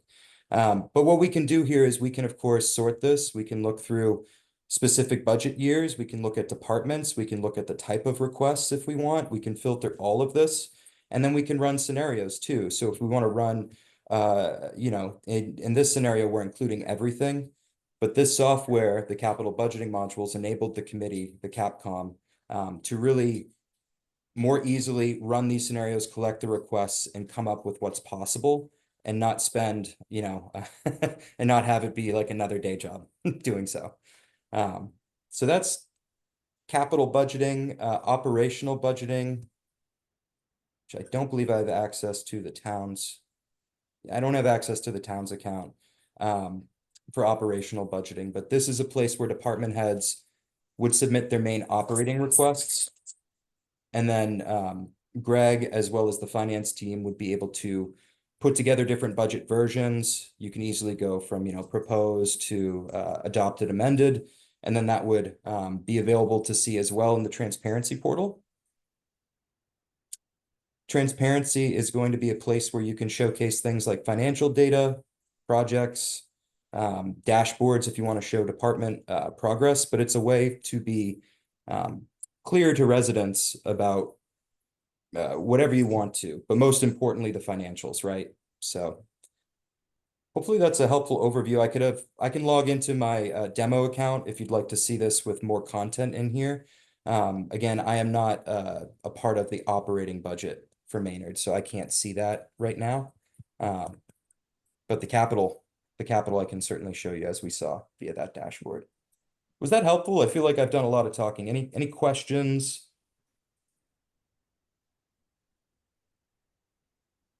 Yeah, I kind of have a question for Ben, actually. Just like the way everything was presented in that spreadsheet made a lot of sense to me. ClearGov, the main benefit to me seems to be to have like one source of truth that everybody in town can be like going back and referencing, but the actual way the information is presented, it's harder for me to like comprehend. You know, that's like just like a really big number up at the top. I imagine there's lots of ways to like filter based on the different priority numbers that you were showing earlier. But Ben, where's like the overlap between the spreadsheet that you were just presenting and the information that's been submitted by all the departments in ClearGov already? Does that information live in both places? It does. Yeah. So it's identical in both places too. So if you go, yep, Mike is halfway ahead. So Mike's already looking at the, so he just filtered out to 2026. So if Mike scrolls to the projects themselves, so he filtered by year in 2026. And if you scroll down, Mike, and kind of look at what the costs are, here we go. So as we mentioned before, there's $130,000, that first line item for police cruisers. That's right in there. So we know exactly what those ones are. We also know the next two vehicles down, that 90,000, that 80,000, those are the two Ford pickup trucks. And Mike, if you click one of those guys for me and kind of zoom in on the project. Great. So if you look at here, it says it's replacing the DPW Ford pickup truck. It tells you the license plate, the VIN number, all that. And Mike, you keep scrolling down, tells you the cost per year, how much it's going to cost, the budget in which year it's going to be. And then it says water and sewer retained earnings, because that's the water and sewer based project that I mentioned to you before, Nathan. So everything is zoomed in here and individuals can actually go in and look at these things. I did notice a typo there. It did say a highway, DPW highway Ford. That's incorrect. I see that replaced the highway Ford one. But moral of the story is everything relates to the spreadsheet and goes back and forth. But Mike, if you go back to Request Manager for us, I think, Nathan, one of the most powerful things is, and you go to Justin's requests and just kind of look at his requests there and find his public works garage, that building. That's perfect. Click that second one for me, Mike. So as you scroll down the description here, it explains what everything is. And and it should have had, yeah, so it has the feasibility website at the very top there. That's all hyperlinked together. And keep scrolling down a little bit further, Mike. I just saw I was looking for, there we go. Supplemental attachments. So we can now add all of our email correspondence, all the PDFs, all these things. If you found the Fowler roof, you would get the report from the engineer that's in there. You would get the cost breakdown of things. You would get the follow-up emails and stuff. Think about this as like your central tool for all the stuff we get. And it links to my spreadsheet. I can never do it on my spreadsheet. I only did the spreadsheet because it was faster for me to actually do it on a spreadsheet as we tried to really upload all this stuff. ClearGov allows me to import things directly in. So I built it all in a spreadsheet very quickly and then bulk uploaded all the projects that were that we needed to make edits on to make it very uniform on naming convention. The dates we were having a little problem with our initial dates and stuff like that. So that's the big update there. And no, I'm not a paid ClearGov person whatsoever. It's just that it's very helpful to bring all that info together for us. So that's why, Nathan. Another benefit, just to chime in, is scalability. If Ben were to leave Maynard, I think we would all be at a big loss for the work that he does. Having this being in a system like ClearGov, right, creating that repeatable, scalable process. This is something, again, we're thinking long term. We want to create a system that we can hand off and another group can take over when we're ready to move on. So I think that's a really important thing here. The spreadsheets, as the town grows, as costs balloon, as we get more and more requests, it just simply, it's not scalable and it's too time consuming and it's too chaotic. And to your point, Nathan, having a source of truth, right? There's a lot of value in that. Then last thing I'll say is when we do a new year, so next year, we finish up this new plan. We report it at town meeting in the spring, we're all good. All we do is we import over the 26 plan and 27. It moves all the years to tell you like what's coming up next. You check what you actually paid for. It removes it from the plan. You have your new plan ready to go. So think about this as a living document where when Angela calls us and says, "Oh my gosh, I need some new a new piece of equipment, a new stretcher on my ambulance because that's getting it's getting older." She calls us. She says that she can put this right in there, and we now see that. Oh, in 2026, this is her number one priority because her stretcher is broken, and then it goes through all of our system and we can very quickly see it. So it's also our way of communicating with the department heads. So it's all like linked together in that sense. And this was really, again, this is Mike, Doug, John Larkin before myself. This was really them pushing this whole thing over. I've just been the most recent adopter of it for our team. But we all use this, we all have access to it. And I think you all should have access to it too, or some of you all do. We can absolutely give you access. There's no additional cost to users, training and support. The company really wants our customers to make the most out of this investment. So if you guys want access to this, more than happy to get you in there. Can also schedule a time for training. There's also an online learning center too. So you can learn as you want through the academy too, but definitely we're paying for operational and capital. I don't know if you guys need capital access, but operational, be happy to get you in there if that's something you'd like to do. And FinCom could run their own operating budget scenarios or versions, which you could then present and you could compare to Greg's. The other benefit too is that once we've chosen our capital plan, we can actually link it to the operating budget with a few clicks. So what I mean by that is all the funding for each capital request that we've chosen to fund, that's going to flow over into the operating bucket, into the right account IDs, the right buckets, so to speak. So there's a really big benefit to, again, not doing this work in spreadsheets and leaning on software. And candidly, the way personnel costs are, this is kind of I work with finance teams across the nation. There's 1,400 customers. This is the way of the world now. Staff and personnel costs are rarely funded and they're very expensive. Leaning on software is the new norm. So hopefully that's helpful.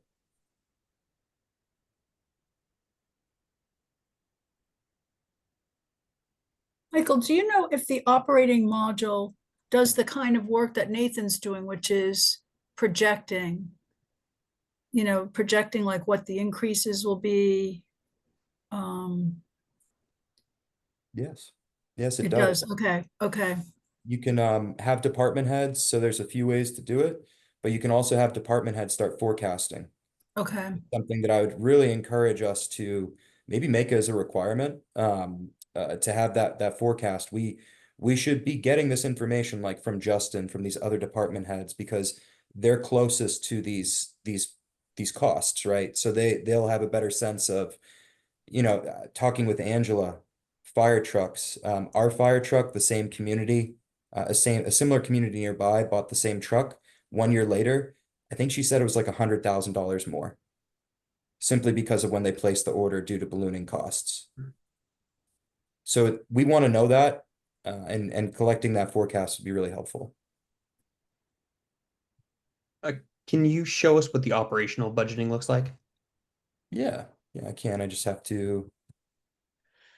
As Mike's doing that, everyone, I just want to say thank you very much. I have to drop. Those might know, I have a newborn, so I gotta go help out before I gotta go. So anyway, if you have questions, Jillian, I sent you the documents that I presented tonight. Please send those over to FinCom and upload those to board docs. But I do apologize, I have to drop early. But it was a pleasure chatting with you all tonight. thank you, Ben. Thanks, Ben. Thank you so much. See you, everyone. See you, Ben. All right. So I'm logged into my fictional Lonza Lake community. It's just a demo account I use. We updated the back office, so you can see it's a little bit streamlined here. It looks like that hasn't hit the town account just yet. But in terms of the operating budget, so under budgeting, capital, personnel, operating.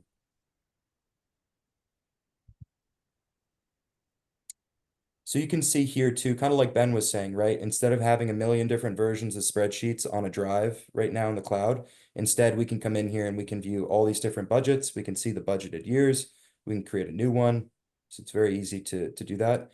I'll jump into my 26 budget, which is in progress.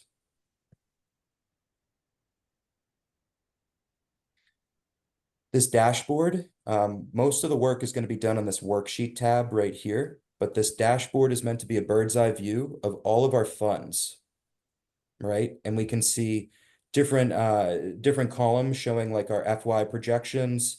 We can see FY26 revenues versus expenditures. And up here, this is meant to show you basically how far we can go before we start hitting the red, right? So it's meant to be that bird's eye view of your budget as you put it together here in the worksheet. The worksheet replaces the spreadsheets. I'm just going to maximize the view. So there's a couple ways we can sort this, because right now these are all the line items in the budget. Every single line item in our budget's here. But we can drag and we can group things as a way to see things better, right? So maybe the first thing we want to do is we want to identify revenues versus expenditures. So now I've grouped all my line items by revenue and expenditures. Still a little chaotic. Maybe we want to also see it by department. So now within my expenditures, I can break it out by our different departments here in the town. Already very useful, but maybe I want to take it one step further and I want to break it out by object, right? So now if we look at the police department, maybe personnel is something that we're not going to be concerned about. That's something that the department heads handle. So we don't need to see those line items, but we do want to see the operating expenses. So here we can view those operating expenses. This is where you as a committee could also start to ask questions if you want. So you could add a comment. This would go directly to the department head. They would get an email letting them know, hey, question has been posed on this. I won't do it because this is actually, no, this is my demo account. It's going to be named, date stamped, and then whatever's posed is there. The benefit of this is it's going to reduce the emails, the back and forth, right? Everyone's going to be able to see this. You can also add attachments too if you need to add a receipt. You can mark things as one-time cost. Those projections, we can lock them too. So if you'd like to have your department heads enter in projections, you can do that. And then if I scroll to the right, here we can see our different budget versions, right? So we have our FY24 budget with all these figures for these line items. Our FY25, scrolling over. Here we have our projected numbers, right? So this is where department heads could enter in their projections. Here we have our in progress column. This is where department heads and staff could enter in their in progress numbers. And then this just shows you if there's any comments, attachments, notes. You can, of course, see past budget versions too. Every past historical budget version is available for you to bring up and compare. So the idea is, and we also give these charts and graphs. The idea here is maybe the, I don't want to speak for our departments, but maybe maybe Angela's not as finance savvy as you guys are, right? So giving this visualization to her, being able to click on a line item and being able to see what is that total been historically. This is going to call out to her and to other department heads, hey, we've been over budget historically. We've been under budget. It's going to call out better allocation of these funds, and it's going to keep everyone in the loop more as this budget is being put together. I'm throwing a lot at you guys, and it's also late and I'm a bit tired. So is this making sense so far? Any questions? Is this helpful, Nathan? Yeah, do I understand correctly? You know, you have a big like database here, and it looks at the beginning where you put in like account type, department, object. You're able to like dynamically rearrange how all that information is nested. Correct. So maybe I don't care about department. Maybe I just want to look at fund. Oh, sorry, I went back. Too fast on the mouse. So revenue and expenditures, and then maybe I just want to view it by fund. So now we have general fund, community development. Under revenue, we've got ARPA money, confiscated assets. But yeah, you can dynamically cut this up however you want. So the idea is, especially for department heads, and you can give them access to just their portion of the budget. So they're not going to be able to change numbers for another team. But the idea is for them, maybe you just want to show them their department and expenditures. And then you want them to start entering those numbers. You can do that. And you can maximize the view. We can also create a more uniform process by having a request window. So we've done this on the capital side, which is where we've given a range of time for department heads to submit these requests, because it's not conducive to a budget process to be getting capital requests at the 10th hour, right? We need these to come in a timely manner, so the system will lock people out after that. It will also remind them to hurry up and get their budget requests in. Can also send out a unified message too with budget instructions. That's another benefit with this. It'll be done right through the platform. Are you able to give an example of how we might review like you know, which budget lines have increased by like the greatest percentage from one year to another? Like, is that something that that you can do? Is that something you have the information in your on your what do you call it, Sandbox account? Yeah, absolutely. So sorry, I'm moving the Zoom window a bunch in case you guys are wondering why I'm moving my mouse around up here so often. So here we have expenditures. We can see all of them. We can filter everything. You can pin, you can filter, you can sort. So if you want to see most expensive to least, you can do so. For example, value. But like specifically the change from one year to another. That is something we can do. I don't know if I have that in my Sandbox here, but that is something where between one year to the next, the system can filter out and identify changes. So basically, are things going up? So if we know we're just going to carry forward the last year's request, it's the same amounts, you can approve those with a couple clicks, and then you can focus on just the rising line item costs. Can we add columns with like custom like formula? Is that something we'd have to like open a ticket and have somebody on like the back end do? What kind of formulas? I guess I haven't heard that before. Oh, I'm just thinking about like the way I would start like playing around with this in like a spreadsheet if I wanted to see, you know, what's the proportion of this compared to this other thing. You know, if I was looking for like the percentage change of year, you know, if I had a spreadsheet up, I could just type that up in a second and have it. I'm just wondering like what like the flexibility of this is like. I completely understand, and I recognize wholeheartedly that finance people love Excel, so I get it. We have a report builder built into this module. So if you do want to run Excel reports like summary expenditures by department, expense objects, revenue, you can certainly come in here and do that. And all of these will export out, and you can group them just like you saw me doing before. You can group them however you want. And this all exports out to Excel or CSV. And the formatting is really good, I have to say. Michael, how does this interface with the town's finance system? Yeah, so ClearGov works as a complement to ERP systems. Yeah, A big benefit to ClearGov is we are ERP agnostic.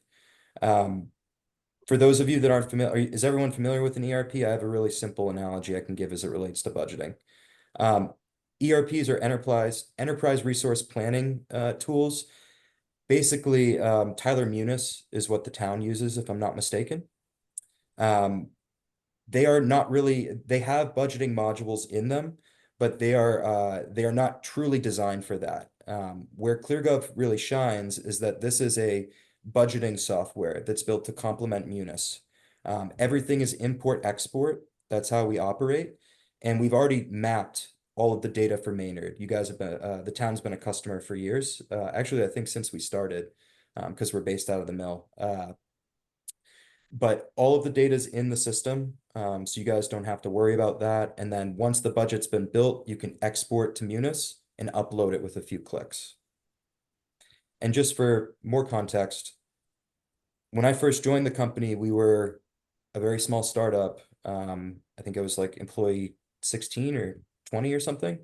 We're now the leading local government budgeting solution in the nation with over 1,400 customers and a team of over 200 people and continuing to grow. So there's a lot to this. and so typically that would be someone like Greg, our town administrator, or the town accountant who would do that uploading. Yep, usually it's someone on the finance team. It's not always like Yeah. the finance director. It's usually Okay. subordinate, but we've already done that. So there's no work to be done for Maynard. The data's in there, the account IDs are in there.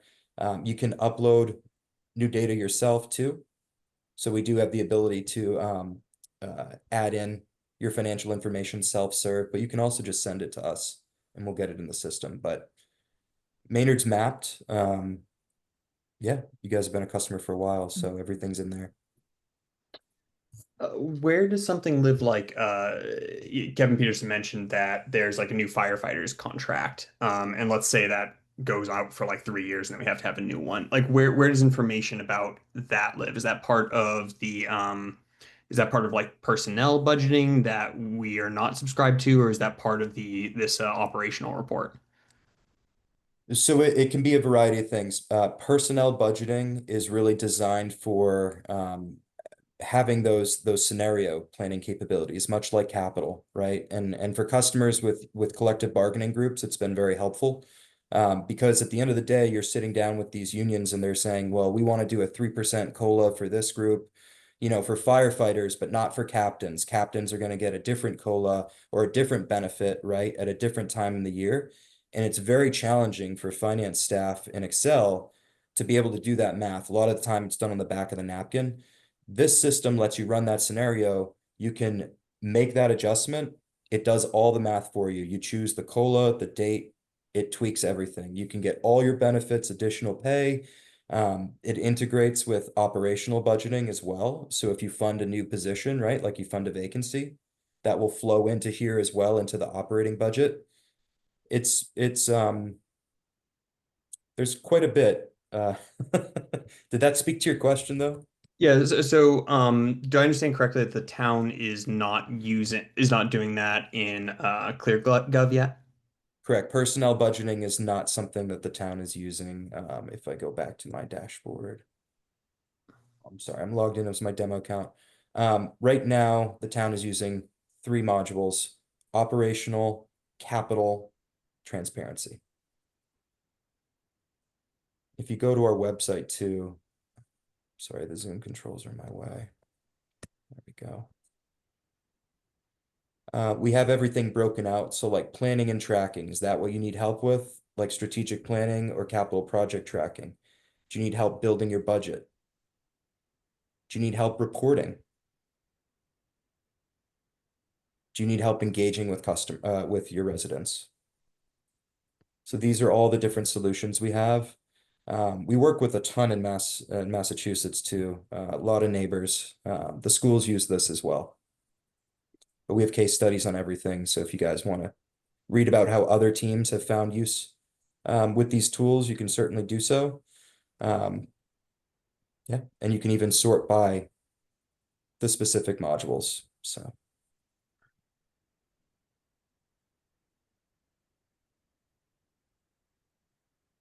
But we only work with local governments and schools. That is our focus.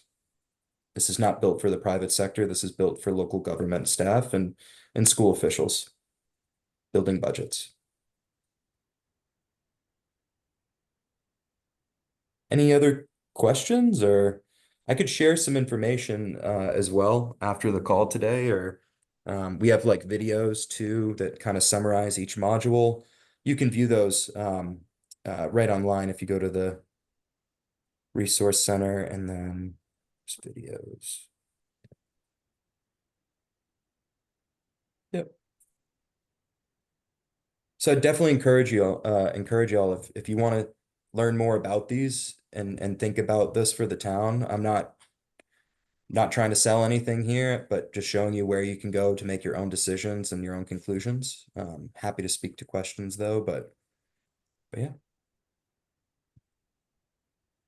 Sorry, I know I keep asking questions, but I see how capital planning is using it and different departments are submitting their requests. How much engagement is like how much is like Greg using this to plan budget? How much is the select board using this? Like, what's the engagement town-wide?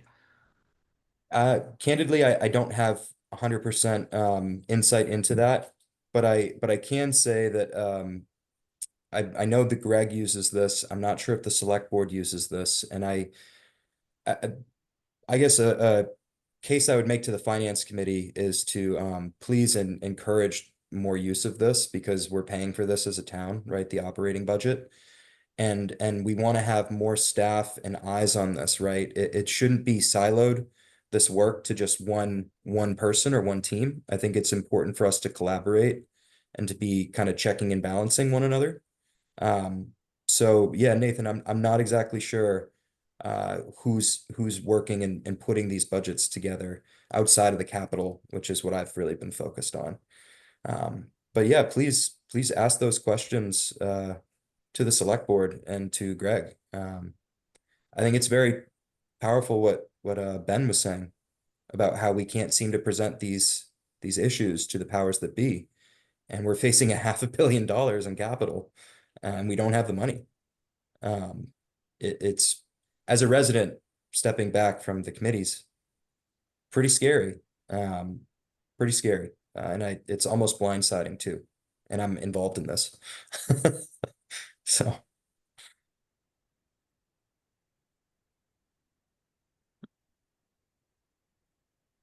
Anything else? I'm happy to show more, or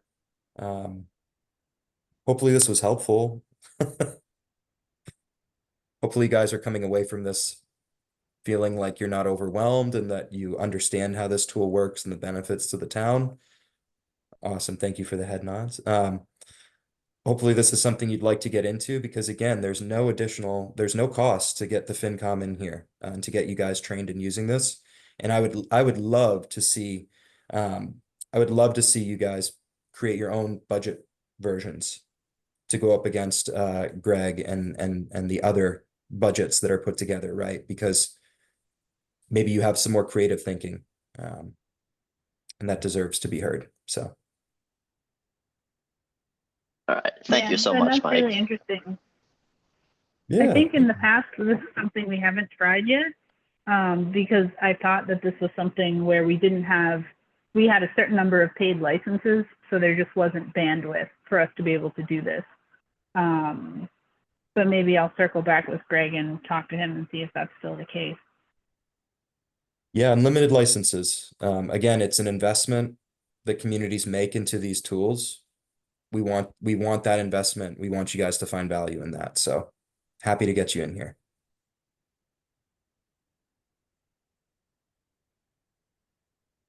All right, All if you right. think of more questions, Nathan, you can set up a one-on-one with Mike at some future date. I don't want to be here all night talking about ClearGov. Yeah. Thanks, Mike. Thanks for and thanks everyone for the bearing with my questions. Yeah, happy to meet with anyone additionally later too. Nathan, if you have more, I'm happy to meet with you. I think you're my neighbor too, so just let me know. yeah. All right, I think that's Excellent, everything yeah. I had for capital planning. You have some more FinCom stuff to run, Jill?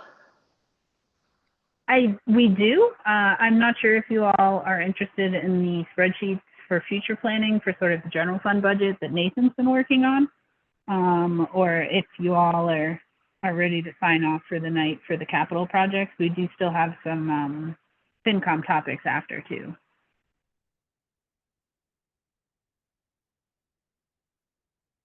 But if the planning tool that we've been working on, or the spreadsheet that Nathan's been working on, is of interest to the capital committee, that's something that we're starting to model in some of these potential capital debt overrides. Yeah, show me where it's posted. We'll look it over. Sure. So I think it should be on board docs, and I don't know, Nathan, if you want to give like a general overview. I know we're getting a little bit late tonight. Yeah, I have to jump, but I just want to say quickly, thank you to everyone, and please feel free to reach out if you'd like to go over any other questions. Happy to help. But yeah, have a good night, everyone. Sorry, I have to go. Thanks so much, Mike. Thank you.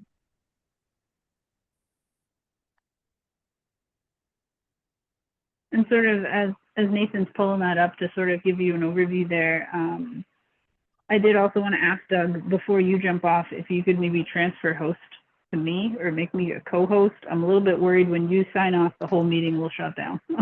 Yeah, I'll do that. Thanks.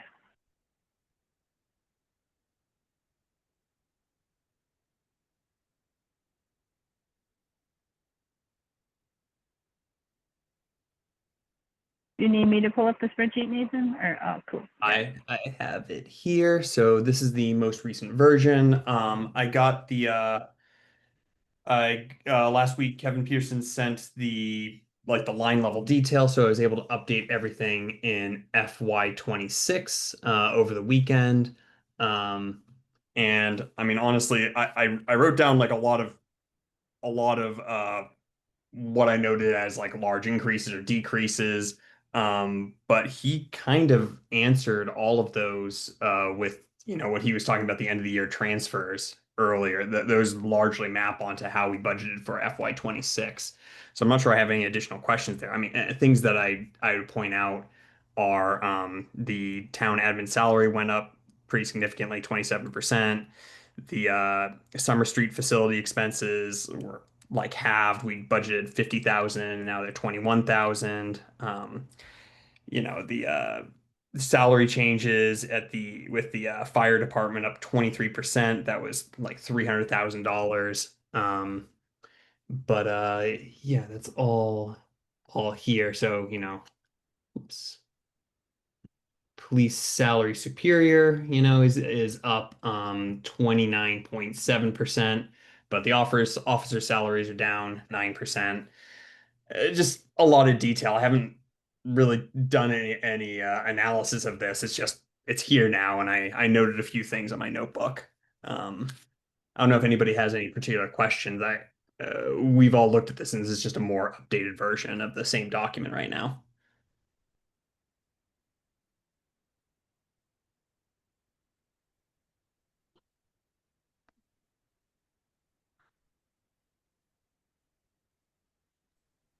Nathan, what will happen now that we didn't approve, but Kevin is changing the FY25 budget by close to $1 million. So does that get reflected here, or what do we do once that's approved, or how does that work? I guess we don't really update it. We don't update it. Okay. I did this at the beginning, or I Yeah. did FY25 kind of at the Yeah. same point last year, and I think everything before that was based on, Yeah. Town meeting or whatever. Yeah. yeah. Okay.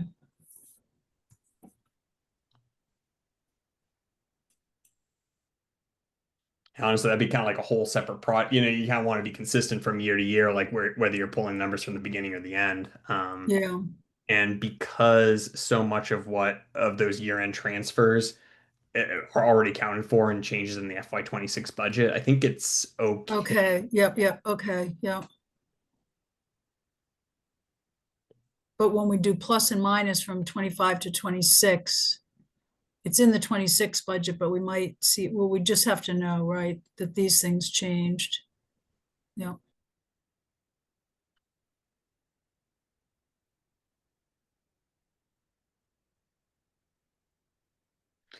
Yeah, I mean, one thing that seems interesting about ClearGov to me is if you can have like comments and, you know, the types of things that like Kevin was, you know, he had like a little line on each spreadsheet explaining like why there was a variance in the account. If that's the sort of thing that would live in ClearGov, I like the idea that those sort of notes would be available for anyone who wanted to look at it. I don't know how much it would mess up your spreadsheet, but you can also add comments in individual cells. Yeah, I've done that in a couple But places. it's really hard to see. Yeah. Yeah, because it's usually hidden like inside a department somewhere, and but, yeah. Okay. Well, I also shared this with Doug. If it's of interest to your committee, you can circulate it. It's also on board docs. So this is something where we're sort of going through each line items and looking for the trends and changes between the different fiscal years to try to track things. But, you know, as you're aware, it does get tricky because, you know, there's end of year transfers that will slightly change those numbers.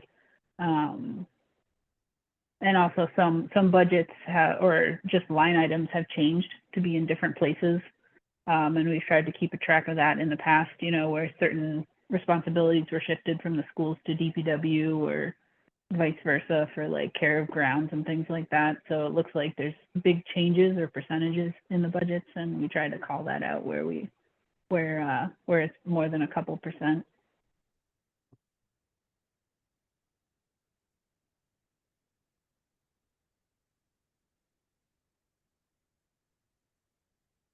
But I think the most useful for me, one of the most useful things of your tool is that there's sort of that debt ratio where we can start to look at if we do an override, what that looks like in terms of the debt ratio. So I think we've talked in the past, we want to keep that at 10%, less than 10%, something like that.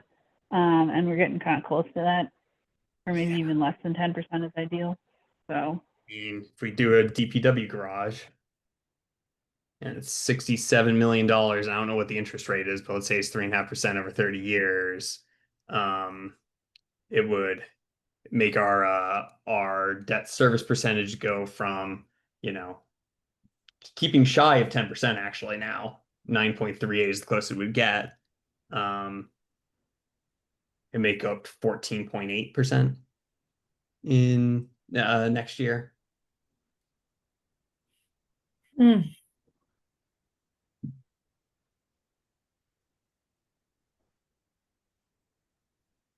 yeah, so it's a pretty useful tool. You can start to put some of the numbers in at the bottom and get an idea of how that might be spread out, assuming the different terms in there like have been hot linked. So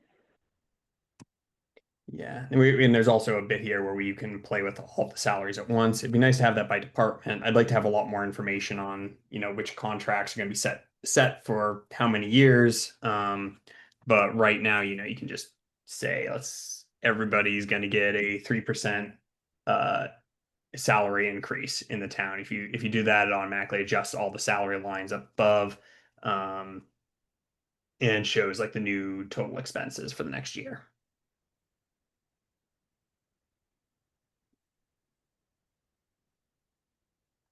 Because that's all stored here. It applies that 3%. That 3% gets drawn from the bottom and then affects FY27.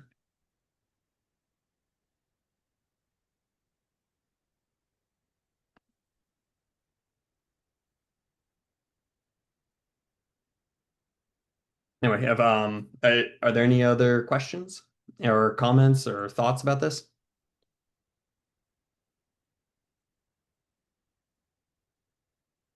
All right, I'm going to stop sharing. Thanks for indulging me there. Excellent. Thanks. So I think that's all the feature planning and capital topics that I had. So I don't know if Doug or anyone else on either committee wanted to bring up any additional topics tonight. We covered everything. Okay. All right. If that's the case, I think we might go on to a couple of finance committee topics, and hopefully we'll wrap the meeting up soon. So I see you transferred a co-host to me, so thanks for that. Hopefully you're welcome to stay. If you'd like to jump off, hopefully it won't end the call. I'll just send you a frantic text message. All right. So we're going to go on to the next topic. So we only have one additional topic and then routine agenda. So the next topic is for planning for the special town meeting. So that's going to be, from my understanding, October 27th. And I did get let's see. I did get a outline here of this. So why am I bringing something up that is in October? Because the articles will actually be due August 11th, which is very soon. If we go by this timeline. So so this is currently a placeholder for the deadlines. So this is the last update I had from Greg, is that they'll be due in August. So this is for placeholder articles, but then at the end of August is when supposedly is deadline for the actual articles themselves. So so within the next month, these articles should start coming in. Generally speaking, there are usually less articles at a special town meeting than at the annual town meeting. So hopefully it won't take 2 nights. But this is sort of a general overview of the flow. So our recommendations would be due in mid-September. And then we would be having the act for the printing, like to make it onto printing, but we might be able to fudge that a little bit. And usually we have our finance committee hearing 1 week ahead of the special town meeting. So it would be on October 20th if the meeting's on the 27th. And I didn't get a chance to watch the select board. So supposedly at one of their last meetings, they voted to have it on the 27th. But I haven't had a chance yet to watch that on YouTube. So as far as I know, this is the current timeline. And Greg and Dick said they would get us drafts as soon as they got drafts, potentially even before the select board accepts them into the warrant. So we can hopefully have additional time to due diligence on them. So the only downside to that would be is we might potentially get draft articles that don't actually end up being on the special town meeting if they get deferred or otherwise canceled. But I haven't had, I don't think there's been many cases of that in the past. So I don't think it's too big of a risk. I think it's better to get something earlier than late, personally. So. Do you have any questions, comments, or further discussion on the special town meeting?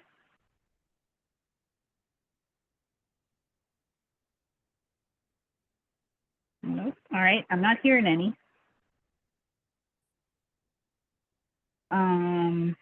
So in that case, we would be going on to the routine agenda. So we would be voting in our prior meeting minutes. So let's see, I have meeting minutes here from June 23rd, but I don't believe we voted in yet. Can you see that okay?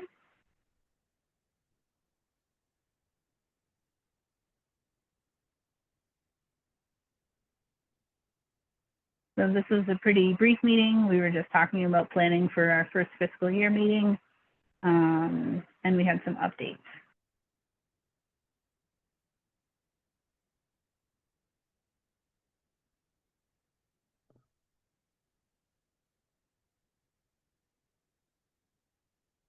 Do we have any edits or suggestions for these draft meeting minutes for June 23rd?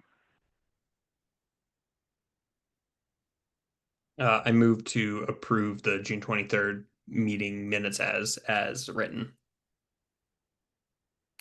I'll second.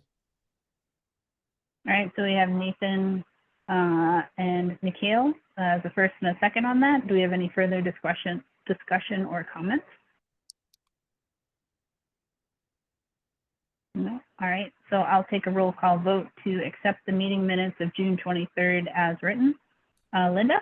Yes. Nathan? Yes. Mikhail? Yes. Peter? Yes. Katie? I'll abstain as I was not there. Okay. Nathaniel? Yes. I am also a yes. So we have one abstain and the rest are yeses. I believe that was the only meeting draft that I had to vote in tonight. Yep. So now we're on to updates from chairs and members.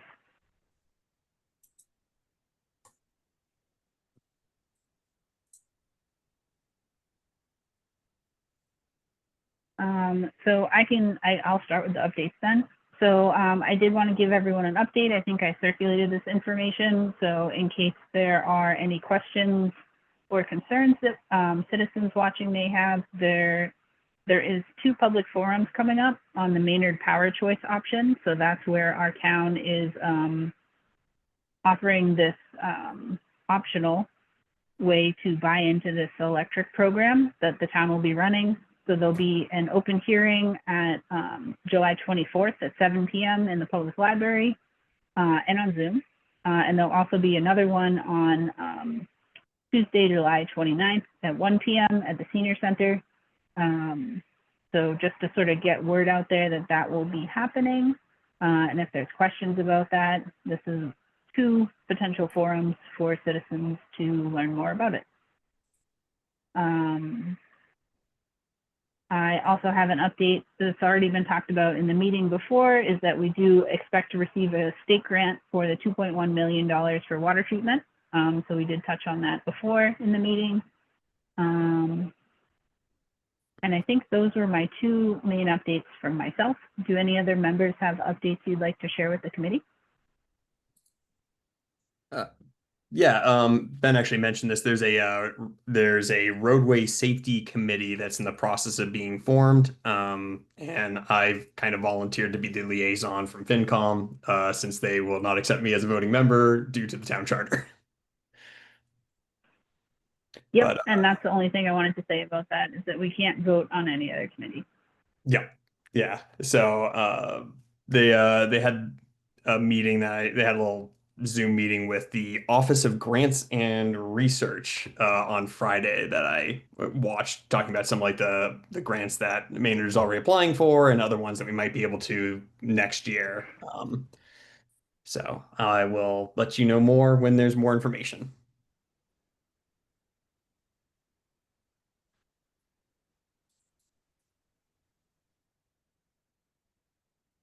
I guess this isn't really an update from mine, since I know you already sent this around earlier, Jill, sort of in advance of the meeting and stuff, but I guess I just maybe could reemphasize for folks the EDC's memo that they sent around. They're looking for volunteers to help with their like marketing plan of Maynard, essentially. So just that I'd mention that to folks, you know, those already sent around and stuff. Yes, thanks for mentioning that. I forgot to mention it, so thanks for mentioning it verbally. But yeah, the memo should also be posted on the website. So if anyone is interested in that, sort of a similar spiel there is that we are not allowed to be voting members on any other committee, but liaisons or otherwise are acceptable. Okay. Any additional updates or discussion from members on topics?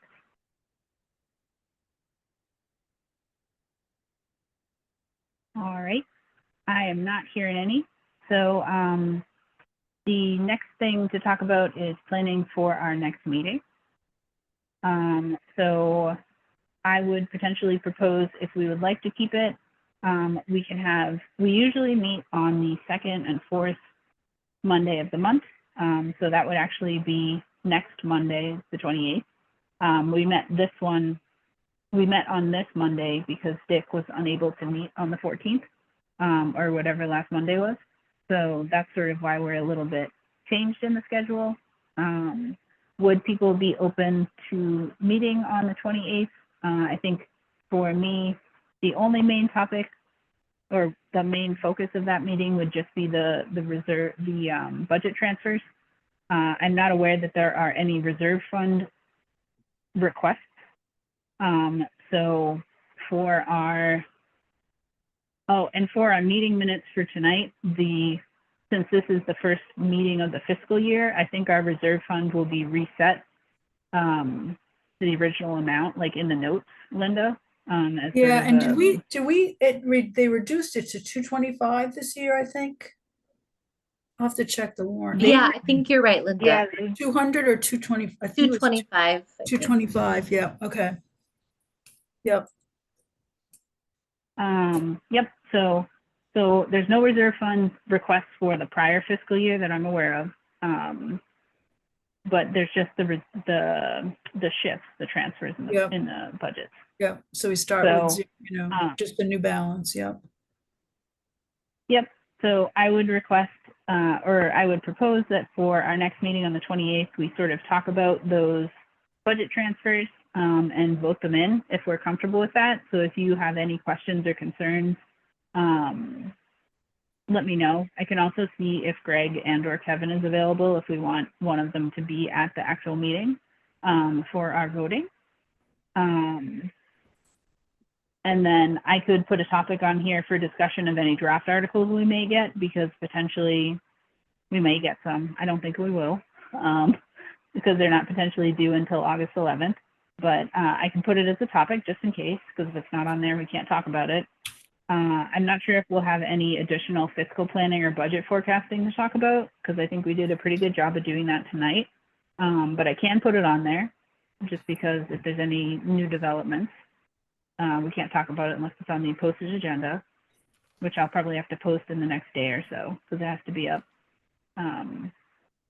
48 hours ahead of the meeting. So is it necessary as a committee for us to like make a determination regarding ClearGov adoption or anything like that at some point, or is that sort of not the way that would kind of work? Sorry, I think I missed the question. All I heard was something about adoption, and then my headset cut out. Is it necessary for us as like a committee to make a decision about like adopting ClearGov as like something that we would be sort of using? I guess the details are sort of would be tentative at this point, but is that something that we would need to like have a vote on or anything like that, or not really? That's a good question. I think I have to talk to Greg about it, because I'm pretty sure in the past that when we've talked to Greg about it, they've sort of said there's limited licenses, which didn't really sound like is the case from Mike tonight. So I just want to make sure we're on the same wavelength. Yeah, I can definitely ask Greg about that.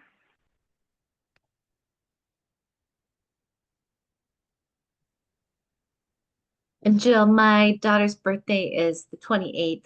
So depending on how long dinner and all the things are, I might not make it, just to throw that out there. But it sounds like there's enough quorum people to be okay. No worries. Happy birthday. 10. My baby is 10.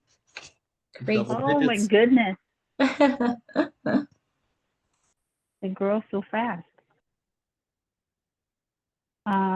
Okay. Yeah, so great. So those would be the three topics. So just the transfers, any fiscal planning or forecasting or future planning, or however I'll put it on the agenda, but it'll probably be a light topic. And discussion of any draft articles or planning for the special town meeting if I get any new information, which I don't know if we'll get, and then the routine agenda. Are there any other topics for the meeting next week that you all would like to add? Nope. All right, I'm not hearing any. So, Sorry, Jill. Peter. What about do people want to talk about the DPW garage? I mean, the price tag in particular. So it might be good to have something on the agenda, just if we decide we want to talk about it and there's stuff to say, it's properly noticed. Or, part of the meeting notice. Sure. So I can add that to the budget forecasting for upcoming fiscal years. I can put a note here saying like special topic DPW garage discussion. In very much sort of the same vein, obviously I sort of defer to you guys, like, procedurally and stuff, but would it be worth sort of having a similar thing if we do get info from Greg about the ClearGov like license situation, if we want to have that as something potentially, but it's not really like time sensitive, obviously, so. Yeah.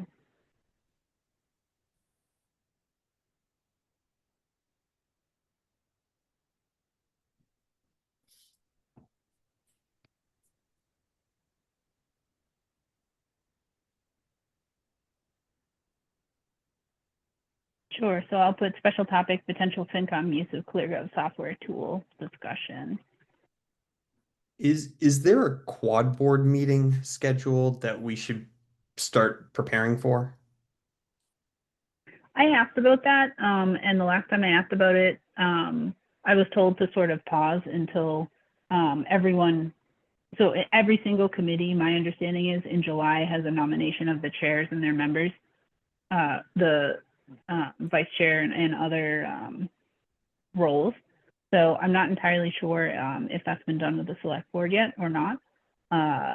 But the impression I got was that that would not be scheduled until the select board had the nominations of their various roles. So I can reach out to Greg and see if that's been done yet.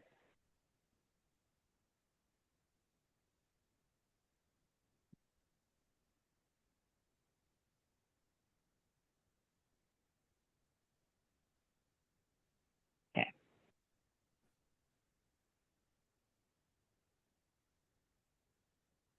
All right. Okay. And then if we have our meeting on the 28th, the next scheduled meeting would be August 11th. So that would be the second Tuesday of the month. Sorry, Tuesday. The second Monday of the month. I know, sometimes people might have holidays coming up in August. So, so if we need to wiggle stuff around, I guess, just let everyone know, as long as we have a quorum, it's acceptable. So. And then for the DPW, if we want to talk about the potential garage discussion, do we want to just go over what's been presented at the select board meetings and in other forums? Or is that something we have very specific questions that you want me to ask Justin about?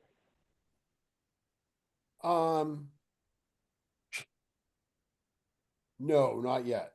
Okay. I would let the select board take the lead. I can't believe they think it would pass either, but I just thought there may be stuff that comes up, and I'm curious in feedback from other members, what people think of this, and I think we need to move beyond this fairly quickly so that we're not wasting time on something that I'm not sure can happen. So anyway, but no, I'm not looking to talk to Justin yet. Okay. Sounds good. All right, so I think if there are no additional topics for discussion tonight, no. All right, I'm not hearing any. I would move that we adjourn the meeting at 9:36 p.m. I'll second. All right, we got a move, we got a second. Do we have any further discussion tonight? No? All right, so I'll take a roll call vote to adjourn. Linda? Yes. Nathan? Yes. Nikhil? Yes. Peter? Yes. Katie? Yes. Nathaniel? Yes. All right, I am also a yes. So we are adjourned. Thank you so much.